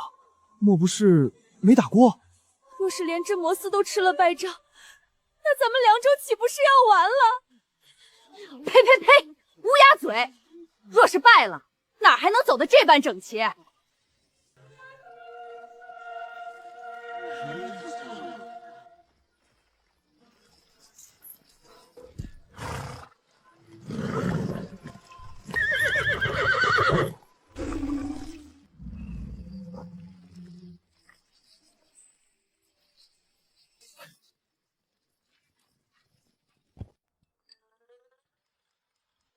大人，这2具种连妖王的尸体，咱们该怎么处理？怎么处理？以前怎么处理，现在便怎么处理呗。大人，那可是种连境的妖王啊！莫说龙鳞，就是那龙皮，咱们的刀斧也割不开呀。而且，这般贵重的材料，若是处理不好，那就是暴殄天物。放眼大唐，只有长安总司能料理。可凉州距长安何止千里，路上若有大妖闻着味儿来劫道，放眼整个龙幽，也就只会是大人的护送。可就我10个胆子，我也不敢让堂堂长公主去押镖啊。既然咱们处理不了，那你这就修书一封，让他们长安派人来接。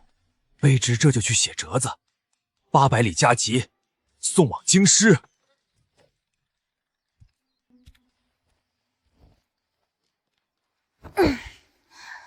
舒坦。24000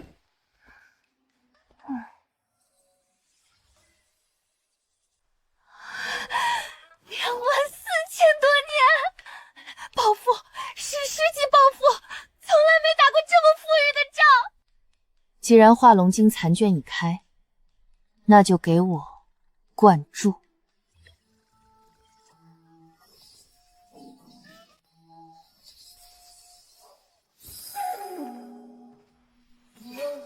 消耗5421年道行，白蛟交许进度已达，点睛。成功获得妖物馈赠，神通控水蜃楼息，以自身气机为引，强行将敌人拖入蜃楼水界，界内与世隔绝，无法逃脱，唯有一方身死，方可破界而出。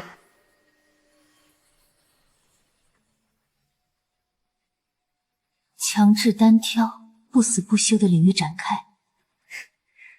若是被多位敌人围攻，完全可以拆分成多个1v1，而且也彻底杜绝了对方打不过就跑的结果。这神通倒是很合我的胃口。还剩19000多年，那就索性一鼓作气，推至顶峰，继续。消耗9200年道行，白蛟交许进度已达，天成解锁灵印，天妖演武，化龙精残1圆满进阶为化龙精残1无煞。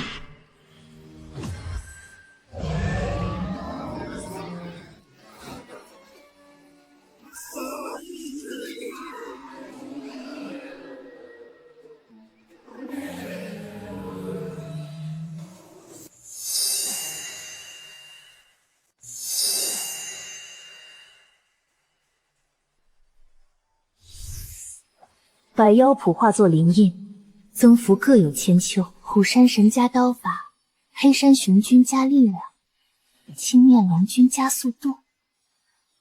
这白蛟自然是遇水了。但这西北苦寒之地极度缺水，在不发动化龙经的前提下，这神通莫非是个摆设？既然如此，那就试试全力催动。起！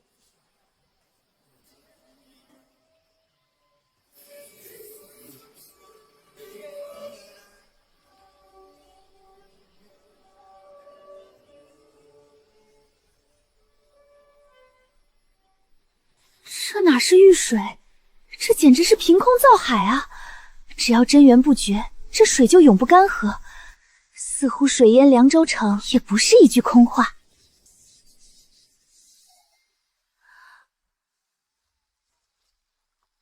等等，我好像闯祸了，我的房子！大王，大王，不好了！如何？可是有了焦烈、焦玄那两个家伙的消息？白蛟一族的2位妖王死了。瓦特，小的亲眼所见，2位焦大王的妖尸被铁锁拖着游街示众。那老道士虽是半步燃灯，但寿元将近，2头正值壮年的种莲妖王，就算打不过，真要跑，怎么可能1头都跑不掉？除非除了那老道坐镇龙幽，大唐还有其他绝顶高手。不行，这里不能待了。大王有何吩咐？可是要点齐兵马，杀向凉州，为2位妖王报仇雪恨。报个屁的仇！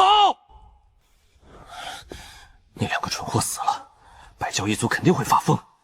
到时候要是查起来，还有大唐那边，万一杀得兴起，顺手来边界遛个弯，继续待在这西域边陲，那是老鼠钻风箱，2头受气。大王，咱们这是要逃跑？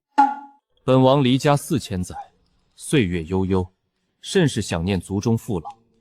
金鸡岭的日出，梧桐树下的清风，本王决定了，即刻启程，率领部众回族中探亲。这一去，怕是要住上一段时日了。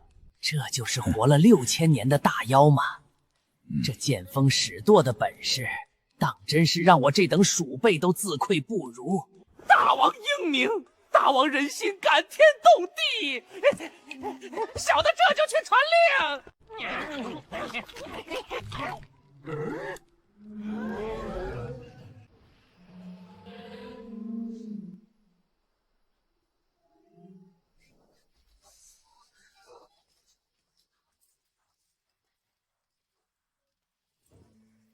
哟，这不是焦老太爷吗？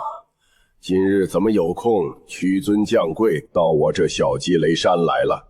莫不是海里待腻了，想来本王这儿换换口味？小圣王折煞老朽了，老朽此番前来是奉了妖皇陛下的口谕。哼，那病秧子还能传什么口谕？莫不是快死了？想让本王去万妖殿给他送终？小圣王慎言，陛下说了，我白蛟一族2尊种莲境妖王折在了大唐凉州。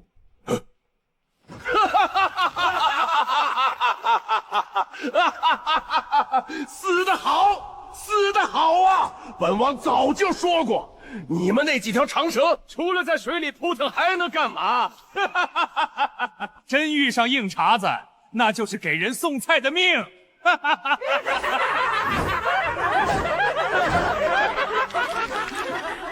小圣王教训的是，我族妖王死不足惜，可那人族狂徒杀完之后，更是放言说妖庭无妖，尽是土鸡瓦狗，还说便是那小鸡雷山的小圣王去了，也不过是只拔了毛的野鸡，炖汤都嫌肉酸。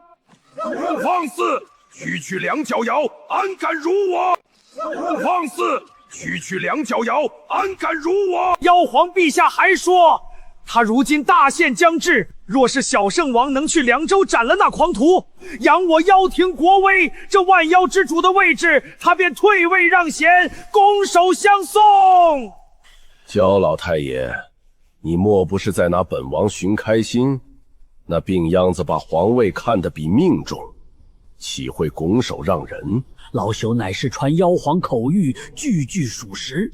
放眼妖庭，除了您金翅大鹏的尊贵血脉，还有谁配坐这皇位？这老泥鳅的话，顶多信3分。那大唐丫头背后必有门道，多半是那病秧子想借刀杀人。不过，名正言顺的妖皇大位，值得一搏。本王身负金翅大鹏血脉，双翅一闪9万里，天下谁能留得住本王？好，既然那病秧子有这般诚意，本王若是再推辞，倒显得小家子气了。小的们，在！将本王的方天画杆戟抬来，再备上一桌好酒好菜。待本王去那凉州城走上一遭，捏死那两脚羊，回来正好庆祝本王坐上那妖皇之位。大人，大人，京城来人了，说是与大人您相识。熟人顾长歌，不对，他一个程丹境，怎么有资格护送众连境的妖师？难道总司把哪位大佛请来了？走，去瞧瞧。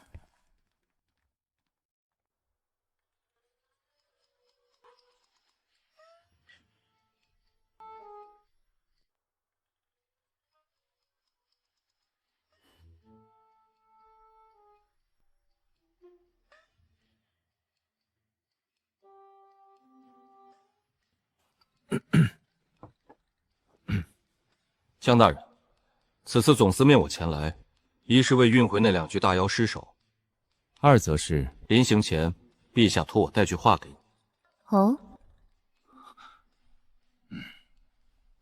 无妨，魏将军知晓我的身份，不必避讳。朕这几日食不甘味，寝难安息，眼瞅着年关将至，这心里却是空落落的。那丫头离家数月，也不知吃得饱不饱。若是除夕夜团圆桌上少了一人，这年夜饭朕是一口也吃不下的。若是他腊月23之前不回来，朕便亲自去陇右接他。堂堂一国之君，居然用这种近乎撒泼耍赖的法子来求我回去。算了，好不容易找回来的亲哥，理应回去陪他过个年。我知道了。既然陛下口谕带到，公事已了，我与季师妹这便启程，即刻押送龙师回宫。尤大人且慢，大人远道而来，连口热饭都没吃就要走，若是传出去，岂不让人笑话我陇右不懂待客之道？这凉州城外风沙大，夜路难行，不如歇息一晚，让我等略备薄酒，接风洗尘。拒绝吧，显得不近人情。答应吧，我实在不想跟这帮陌生人推杯换盏啊！救命！师兄，咱们一路赶得急，我的腿都快磨破了。师妹，公事要紧。魏将军说的在理，既然远道而来，吃顿便饭再走吧。罢了，既是盛情难却，那便叨扰了。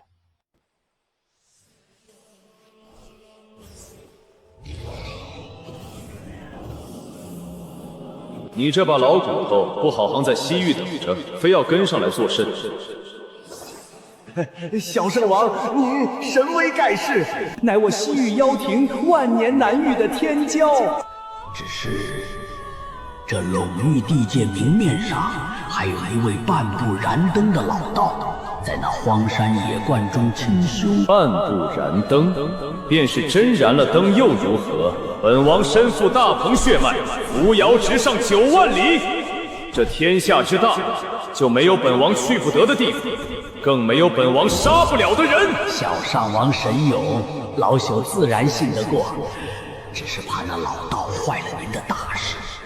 老朽这身骨头虽不中用，好歹能替您拖住那老道片刻。届时，小圣王尽管施展手段，斩杀那人族便是。罢了，既然你想看戏，那就跟着吧。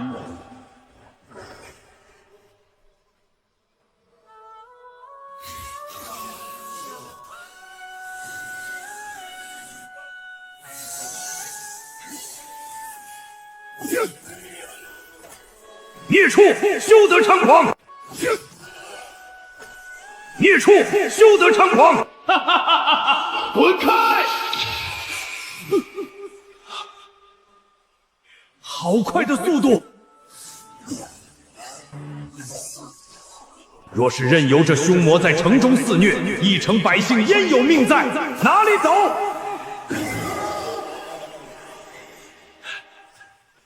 袖离乾坤！游臣子道长，好久不见，我家妖皇陛下可是念你许久了。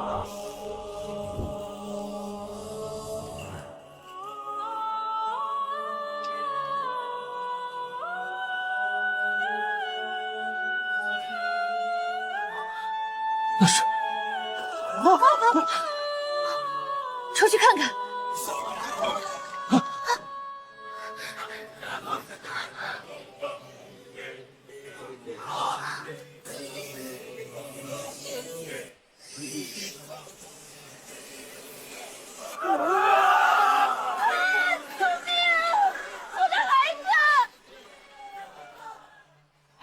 不好！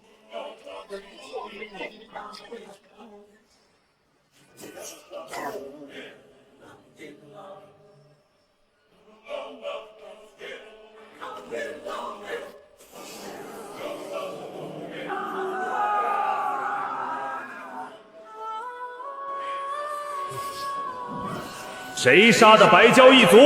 冤有头，债有主。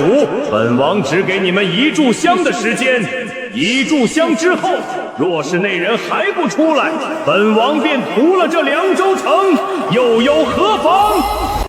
该死，又是种莲境妖王！我不过区区一个成丹境，面对这种怪物，真的能护住陇右吗？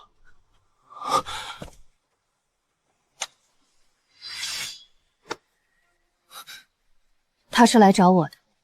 江大人，此妖乃是金翅大鹏雕血脉，非同小可。无妨。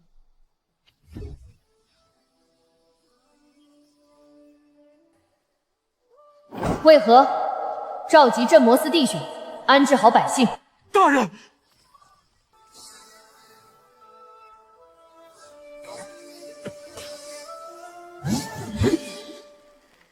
白海炼地道，好胆！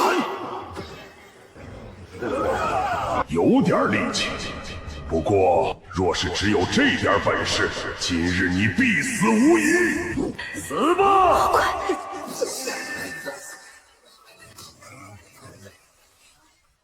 怎么可能？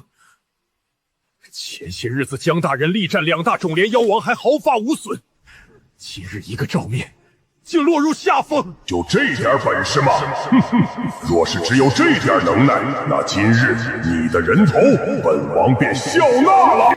我大唐国土，岂容披毛戴角的畜生猖狂！我大唐国土，岂容披毛戴角的畜生猖狂！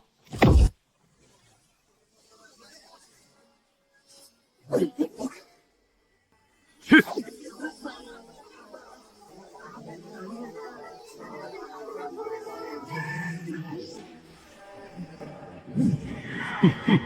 米粒之珠也放芳华。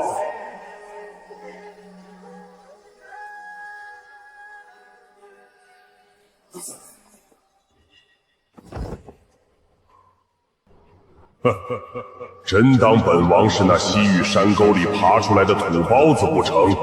本王乃金翅大鹏之后，生而神明，血脉高贵，此乃我族宝序。采首山之铜，炼星辰之精，经族中长辈以真火淬炼7749日方成。莫说是你这小小种莲，便是那燃灯武圣来了，全力一击，也休想伤本王分毫。燃灯一击，亦不能上。既知天高地厚，那便上路吧。死！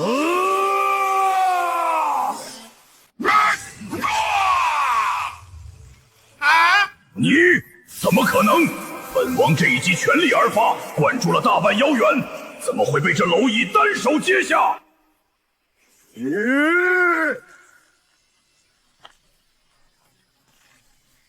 终于让我抓到你！你这孽！蜃楼溪，你这是什么鬼东西？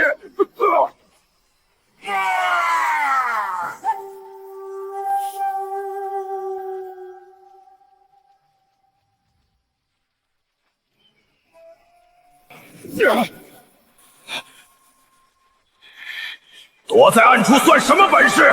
有种与本王来堂堂正正决一死战！这声音传不出去，是在周身3尺内回荡。休息缓术的大妖也做不到这般滴水不漏，不能留在这儿。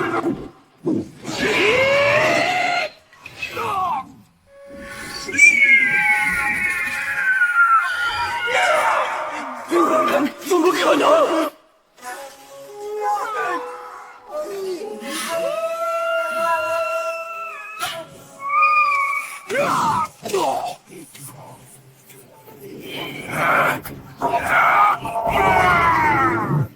开！给我开呀！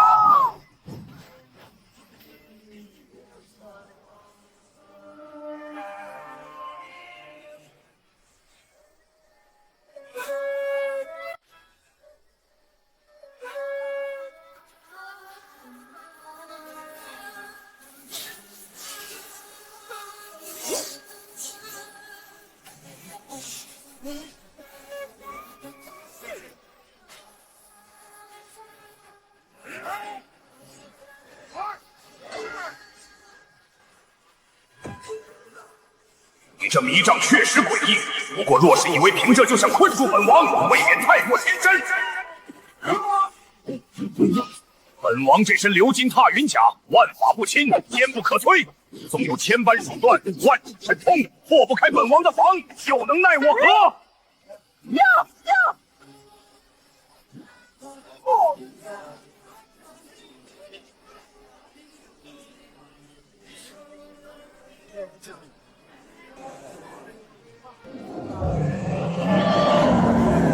水利万物而不争，而万物莫能与之争。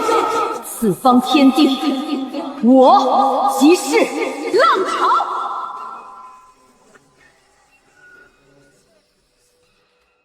我即是浪潮。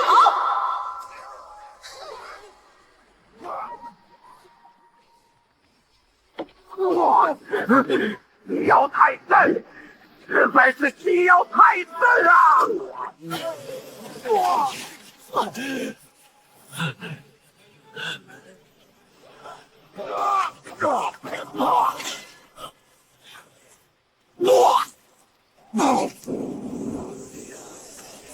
混天绫出！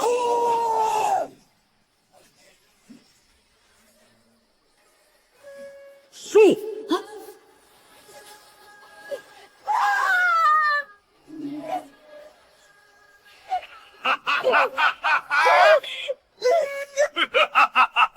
任你巨浪滔天，在这混天绫下也不过是瓮中之鳖。本王这小混天绫乃是仿造上古道兵所炼，本王虽未完全炼化，但此处不过10丈之地，本王固然躲不开你的了，可你又如何躲得开？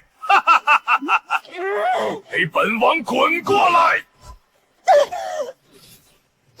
本王把你剁成肉泥，方解心头之恨。死吧！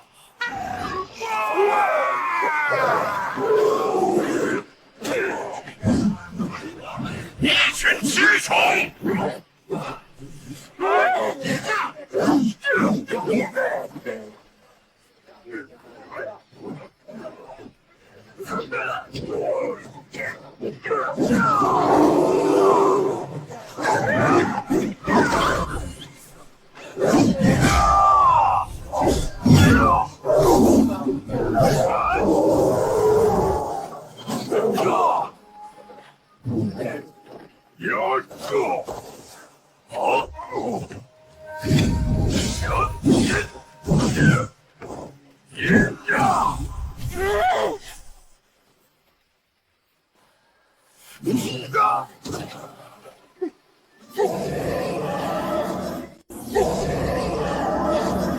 莫不是忘了，我可不是什么脆皮法师。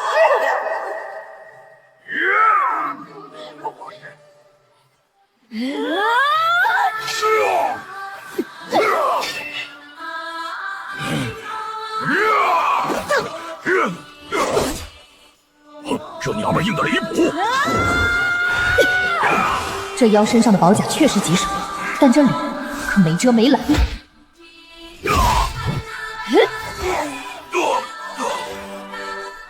别，你不能杀我！我乃金翅大鹏嫡系血脉，我有大背景，我有大造化。家母乃是蓝灯妖圣，家父更是早已闭关万载，只差临门一脚便可登楼的绝世大能。你若杀了我，后果莫说你是谁，哪怕是整个大唐也背不起。你且听好了，本宫乃大唐昭月长公主李氏嫡长，承天受命，九州四海皆是我李家疆土，漫天妖魔皆是本宫手下亡魂。莫说是你这扁毛畜生，便是你那妖圣老母登楼老父亲至，本宫亦是一拳杀之。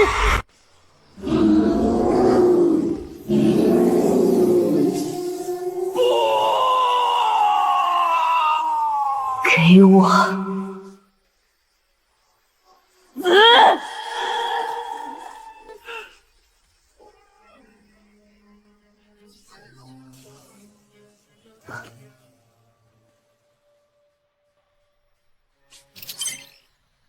击杀众连境生物，获得道行3200年。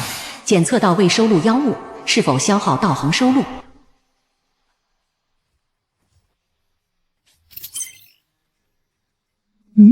什么情况？堂堂种连境妖王给的修道竟然比一些点墨境的妖物还要少。是了，这扁毛畜生血脉高贵，只用了3000多年就修到了种连之境，难怪狂的没变。可惜啊，碰到了我。收录。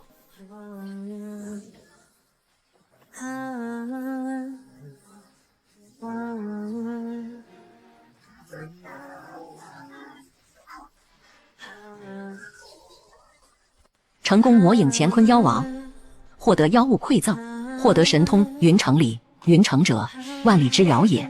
此乃金翅大鹏一族不传之秘。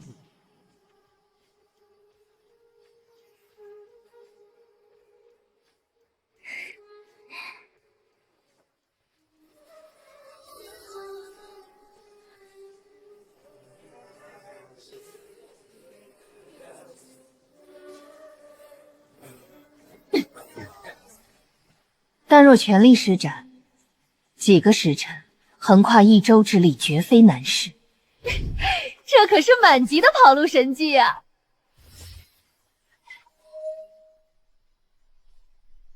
这畜生给的道行虽少，但一身精气绝对磅礴。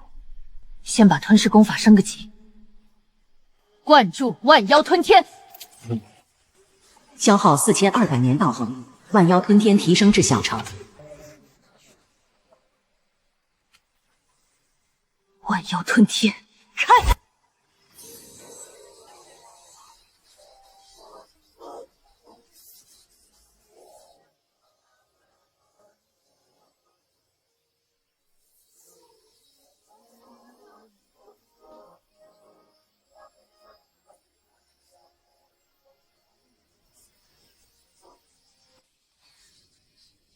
种连中境，破！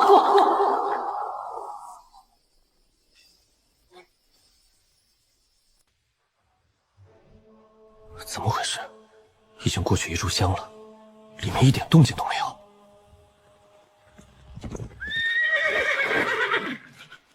尤大人，那妖呢？我家大人呢？我也不知道，方才还在这儿，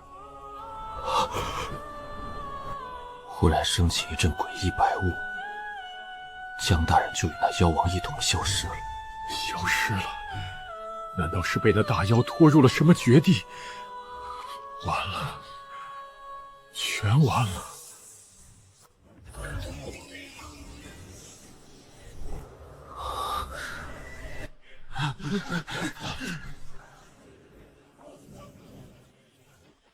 道长，你老人家可算来了。见过前辈。怪在这金翅大鹏虽然天生极速，可速度再快，那也是遁法，而非挪移虚空。只要是遁法，便会有契机牵引，有轨迹可循。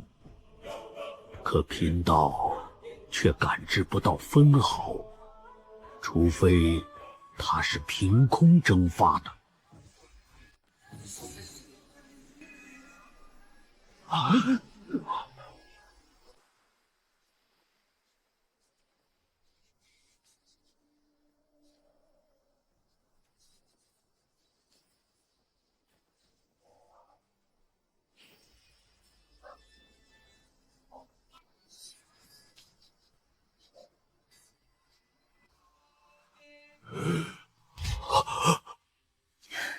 怎么，杀个妖而已，没见过？殿下，您没事吧？我没事，只不过杀这扁毛鸟确实有点麻烦，费了点手脚。那金翅大鹏绝非同境人族可以对敌，难不成这丫头身上有什么不为人知的宝器？无量天尊，贫道游臣子见过长公主殿下。殿下，这位游臣子前辈曾经乃是纯阳宫的太上长老，30年前便辞去长老一职，回了这陇右道。若是没有前辈在此照拂，西域边陲的妖物哪敢这样安分守己？前辈高义。殿下折煞贫道了。贫道生于斯，长于斯，老了为家乡父老做点事，理所应当。倒是殿下以千金之躯，不远万里，深入险地，这般气魄手段，贫道活了数百岁，也是生平仅见。大唐有殿下，实乃社稷之福。尤大人，正好，如今又多了一具种莲境的妖师。来都来了，你顺道一并带回总司吧。他竟能斩杀这等妖王，换作是我，对上这手持重宝的种莲妖王，连全身而退的把握都不足50%。我这大唐年轻一辈第2人的名号，似乎已经名不副实了。江大人放心，此事我会如实上报总司，绝不让大人的泼天功劳被埋没。不过，既然是大人亲手斩杀此妖，这妖物身上的宝具，自合归大人所有。按镇魔司律例，斩妖所得的宝具都得上缴总司检验。这木头脑袋今天居然开窍了，暗示我直接黑下这批战利品。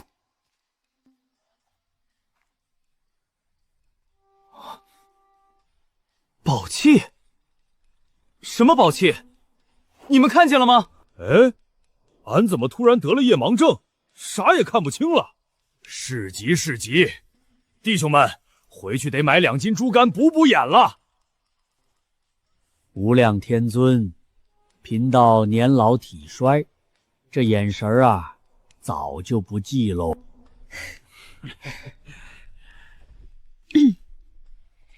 既如此，那便多谢诸位了。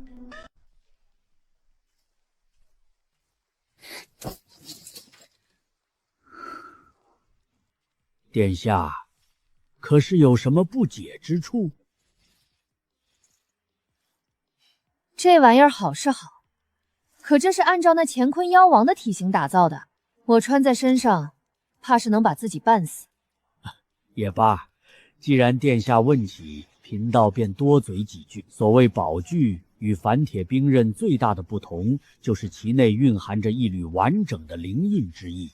灵印，凡兵利器，千锤百炼，终究是死物；而人族武者或是妖族大妖，穷极一生，往往仅能承载1道灵印。若强行再点一墨，轻则神魂错乱，重则爆体而亡。宝具的珍贵便在于此，它以天材地宝为载体，封印天地灵运武者，拿上它，便等同于拥有了第2道灵印。故而宝具亦被称为外灵印。原来如此，自带技能的顶级神装啊！难怪那乾坤妖王如此猖狂，保甲、保己还有那红绫，这家伙跟人打架等于比别人多带了3个大招。得亏我把他拉进蜃楼溪的小黑屋近身肉搏，没给他读屌放技能的机会。这甲胄的大小，既已通灵，自当随心所欲。殿下只需将自身真元注入其中，沟通灵印，大如须弥，小如芥矢，不过一念之间。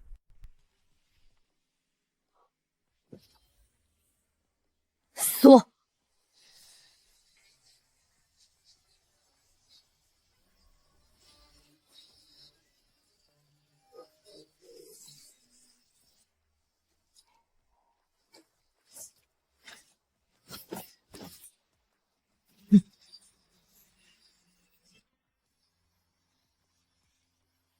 这甲唤作流金踏云甲，好名字。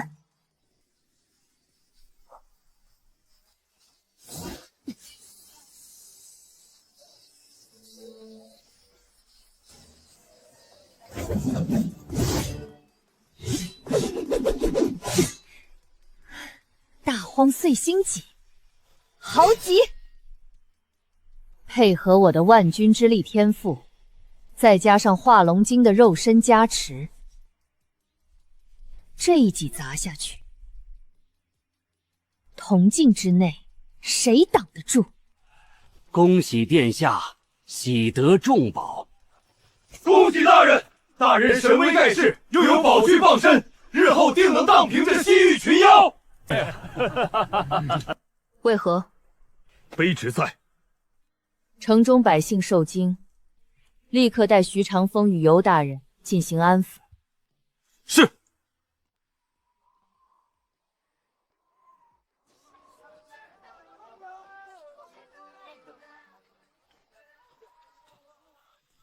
咱家只是塌了半间土房，哪里用得着这许多？老人家，您就拿着吧，这是咱们指挥使大人的命令，说是让大伙拿着这钱，不仅要把房子修好，还得过个好年。指挥使大人，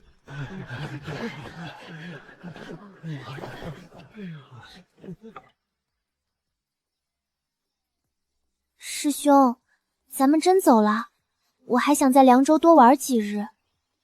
妖师事关重大，需尽早送回京城复命，耽搁不得。路途遥远，风雪在途，二位保重。多谢殿下挂怀。殿下，您不与我们一同回长安去吗？凉州初定，妖患虽除，但善后之事繁杂。我身为益州指挥使，此时离去，怕是不妥。如今已是腊月19，再过几日便是腊月23。若是不与我们一同顺道回去，怕是赶不上日子。大人，依卑职看，如今已有3头种莲妖王，折在我陇右，妖庭短时间内不敢轻举妄动，又有老道长暗中照拂，想必出不了什么乱子。你们先行一步，至于腊月23，到时候我自会赶回去的。赶回去？凉州到长安，中间隔着千山万水，今日再不走，哪怕骑着云伯那般妖马也赶不上。除非你是那关山境的大能，能御空而行。罢了，反正陛下的话已带到，问心无愧。既然殿下已有决断，那尤某便不再多言，青山不改，绿水长流。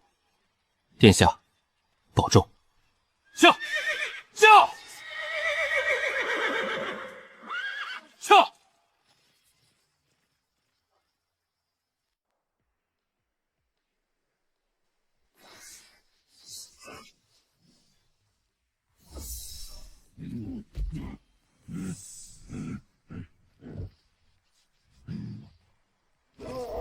黑山雄君偶得灵光一闪，然底蕴浅薄，难以为继，请提供更多相关功法。这是缺乏素材了？以前扔点道就能推演，现在居然卡壳了。是了，我想差了。虎山神能推显出圆满刀法，是因为我为了金泥霸王刀法和虎啸镇魔刀，这黑熊我只扔给他一本混元一气功，确实是有些难为熊了。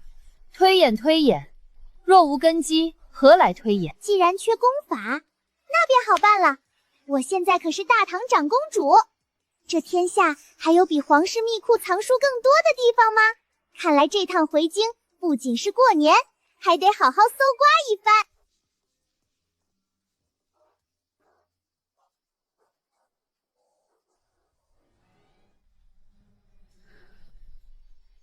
穿越至今，玉山须翻，玉水须渡，何曾想过有朝一日能逍遥天地。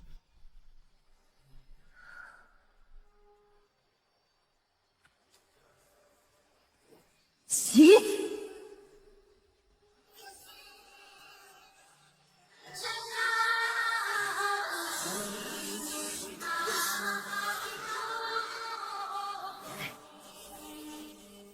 好一个云城万里，这般急速，天下之大，大可去得。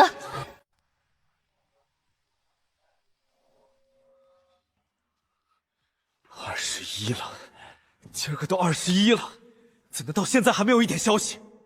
这尤无疆也是，朕明明嘱咐过他，若是孤月实在不愿意回来，也该遣人先一步传个信儿。可如今呢，音信全无，这究竟是回了还是没回？朕这心里是一点底都没有。陛下，您这是关心则乱。如今尤大人没传信，不就代表殿下愿意回来吗？依老奴看，指不定尤大人此刻正陪着殿下在回京的路上呢。护驾，快护驾！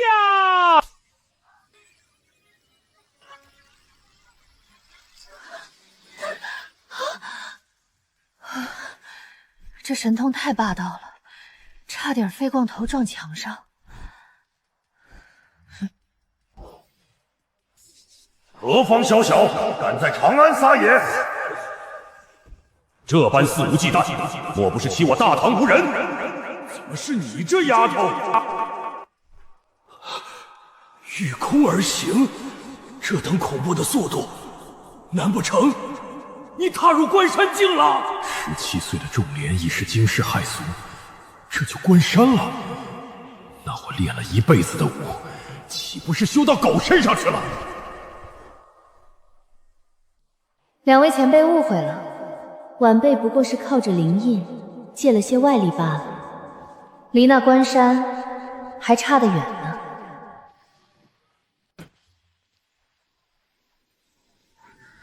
好恐怖的威势！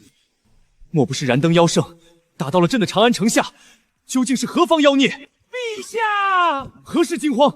莫非真是有妖魔攻入长安？是大喜，天大的喜事啊！是长公主殿下回来了。方才皇高祖亲自领着殿下入宫，说是方才的动静是殿下赶路太急，如今正在往这儿来呢。快撤了这些侍卫，朕要亲自去迎。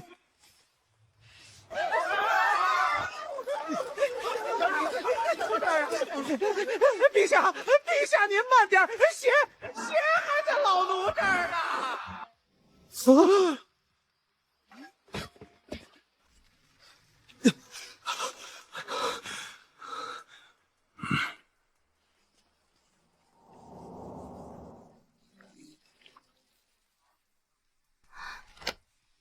参见皇。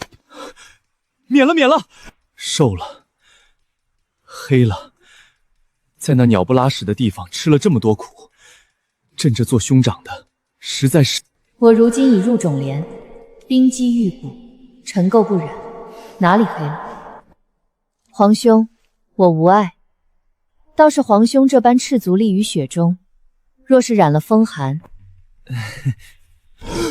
鞋呢？朕的鞋呢？陛下，鞋在这儿呢。走，回宫，咱们回家。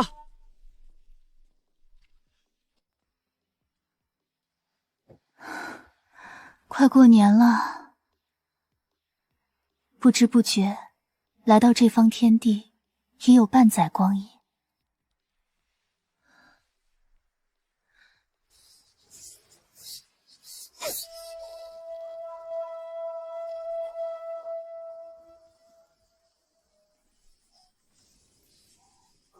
有时候总会怕这眼前的一切不过是黄粱一梦，但这半年来，刀刃如切月肉的触感，生死之间的战栗，一切都是那么真实。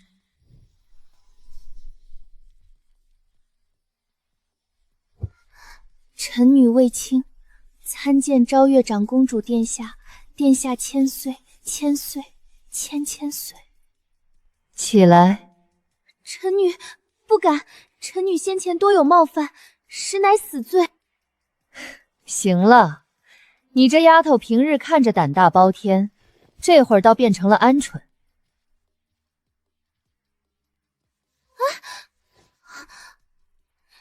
月初，我爹说伴君如伴虎，你是老虎的妹妹，那比老虎还凶。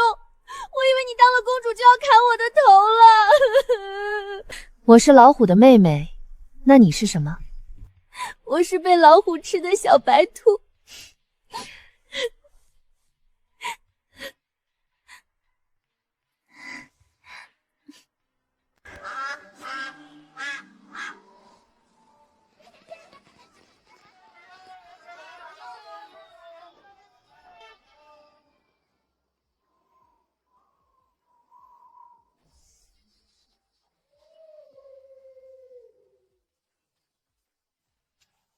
老爷，天寒地冻的，您这身子骨才刚好些些，怎好在这风口上站着？若是染了风寒，回头殿下若是知道了，定是要怪罪老奴没伺候好您的。听说昨日那丫头回来了。老爷您放宽心。俗话说，生恩不如养恩大。殿下是个重情重义的人，等宫里的事儿了，定会第一时间回来看您的。到时候还得喊您一声爹呢。你只知其一，不知其二。这世间之事，若真如你所说般简单，便是好了。若是……老爷，老爷，大小姐，不是长公主殿下回府了。老爷，您听见没？殿下心里是有这个家的。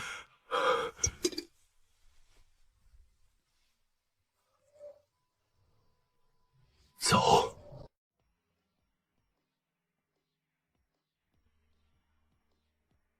16年，这具身体在这里生活了16年。每一块青砖都无比熟悉，可现在站在这里，怎么感觉跟进新手村的陈列馆一样？近乡情更怯，原来是这种感觉吗？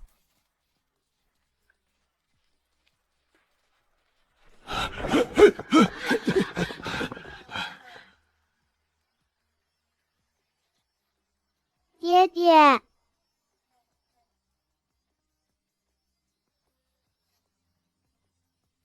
老臣将勋参见昭月长公主殿下。爹，回来就好，外头冷，快进屋坐。坐。爹，这一遭是女儿回来晚了，先前诸事缠身，未能第一时间回府探望，让您受惊了。不晚不晚，殿下，月初你是做大事的人，能记得这个家，能记得回来看看老臣，这就够了。家里的用度可还够？身子骨可还利索？太医怎么说？够的，宫里赏赐极多，身子也都好，养养便是了。爹，您就没有什么话想对女儿说的吗？您为何下了诏狱，却死活不吐露当年的真相？罢了，我又何苦为难一个老人？这些真相秘密对于原来的江月初来说，或许是关乎身世命运的大事，但对我而言，只要足够强大，哪怕那背后牵扯着神佛妖魔，到时候一拳轰碎便是。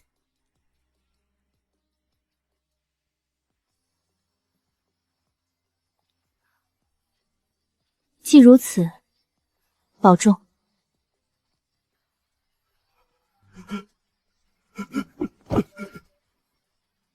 恭送殿下。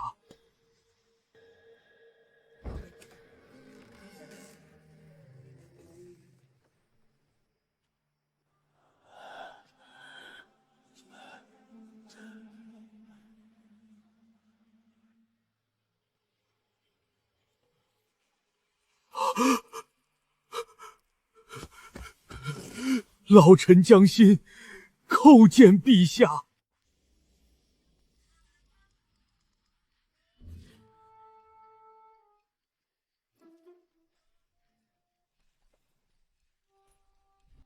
殿下，这天禄阁第5层存的皆是种莲境以上的秘典。大派世家把功法看得比命重，皇室虽强，也不好强抢。不过，咱李家皇室几百年的家底儿，也不虚那些顶尖宗门。这是太祖皇帝所创，需龙气加持。除了陛下，旁人练了，怕是犯忌。懂了，皇帝专用皮肤，我拿了就是谋反。下一本。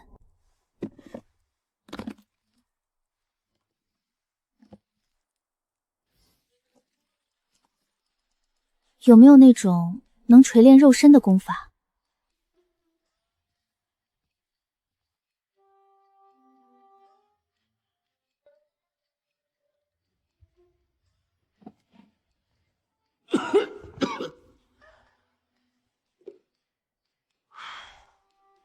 殿下若非要找种莲境的横炼法法，皇家秘库里便只剩这一本了。完璧不破，这名字倒是有趣。完璧不破，这名字倒是有趣。此功法并非我李家皇室传承，而是数百前镇魔族剿灭那上灵宗缴获的这本秘籍。据说修至大成，肉身强度相比于同境妖魔也不遑多让。只是什么？只是这门功法有个极为苛刻的门槛。顾名思义，完璧不破。无论是男子亦或是女子，若想修习此功，必须保持童子之身，元阳元阴未泄，方能锁住那一身精气。一旦破身，那这一身横练功夫便如那决堤的江河，瞬间泄得干干净净。就这？殿下，您如今年方28，正是风华正茂的年纪，日后总是要招驸马的。这功法太过偏激，实在是有违人伦。殿下还是……本宫当是什么了不得的代价？原来不过如此。这功法，本宫要了。哎，殿下，殿下，三思啊，殿下，三思啊，殿下！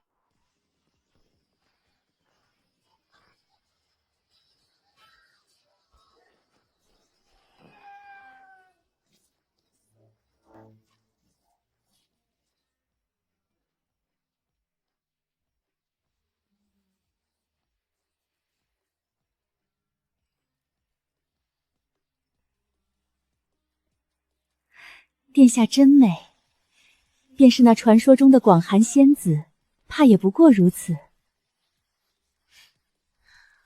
能不能？殿下，这可是除夕宫宴，陛下特意吩咐了，绝不能失了皇家的脸面，求殿下忍忍吧。果然，女装这种事，只有0次和无数次，又得妥协。怎么还没来？再去看看，是不是路上雪大滑了脚？还是金玉宫的奴才手脚太慢，耽搁了时辰。昭月长公主到。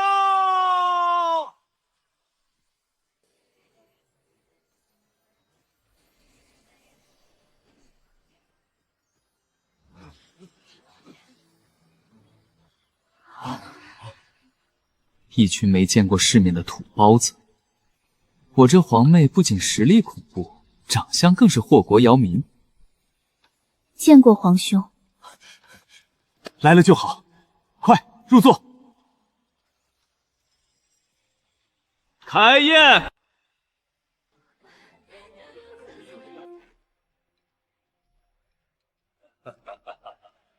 你竟然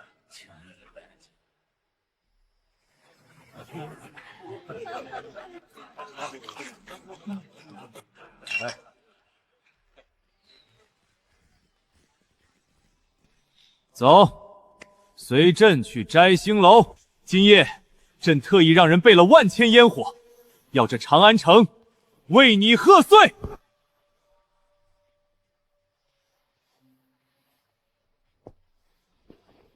我要冻着了。皇兄，我不冷。朕知道你本事大，可你是朕的妹子，在朕眼里，永远都是丫头。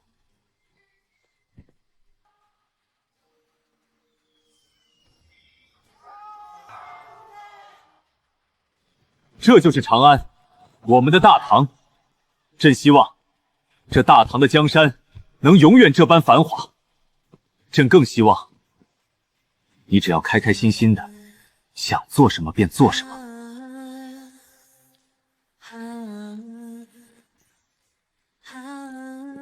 半载光阴如白驹过隙，我从一介罪臣之女到大唐长公主，从手无缚鸡之力的凡人跃升众帘境。我已跃出寒池，升出金离，众帘不过是个开始，关山燃灯，这世间的绝顶，我都要一一踏足。新年快乐！新年快乐！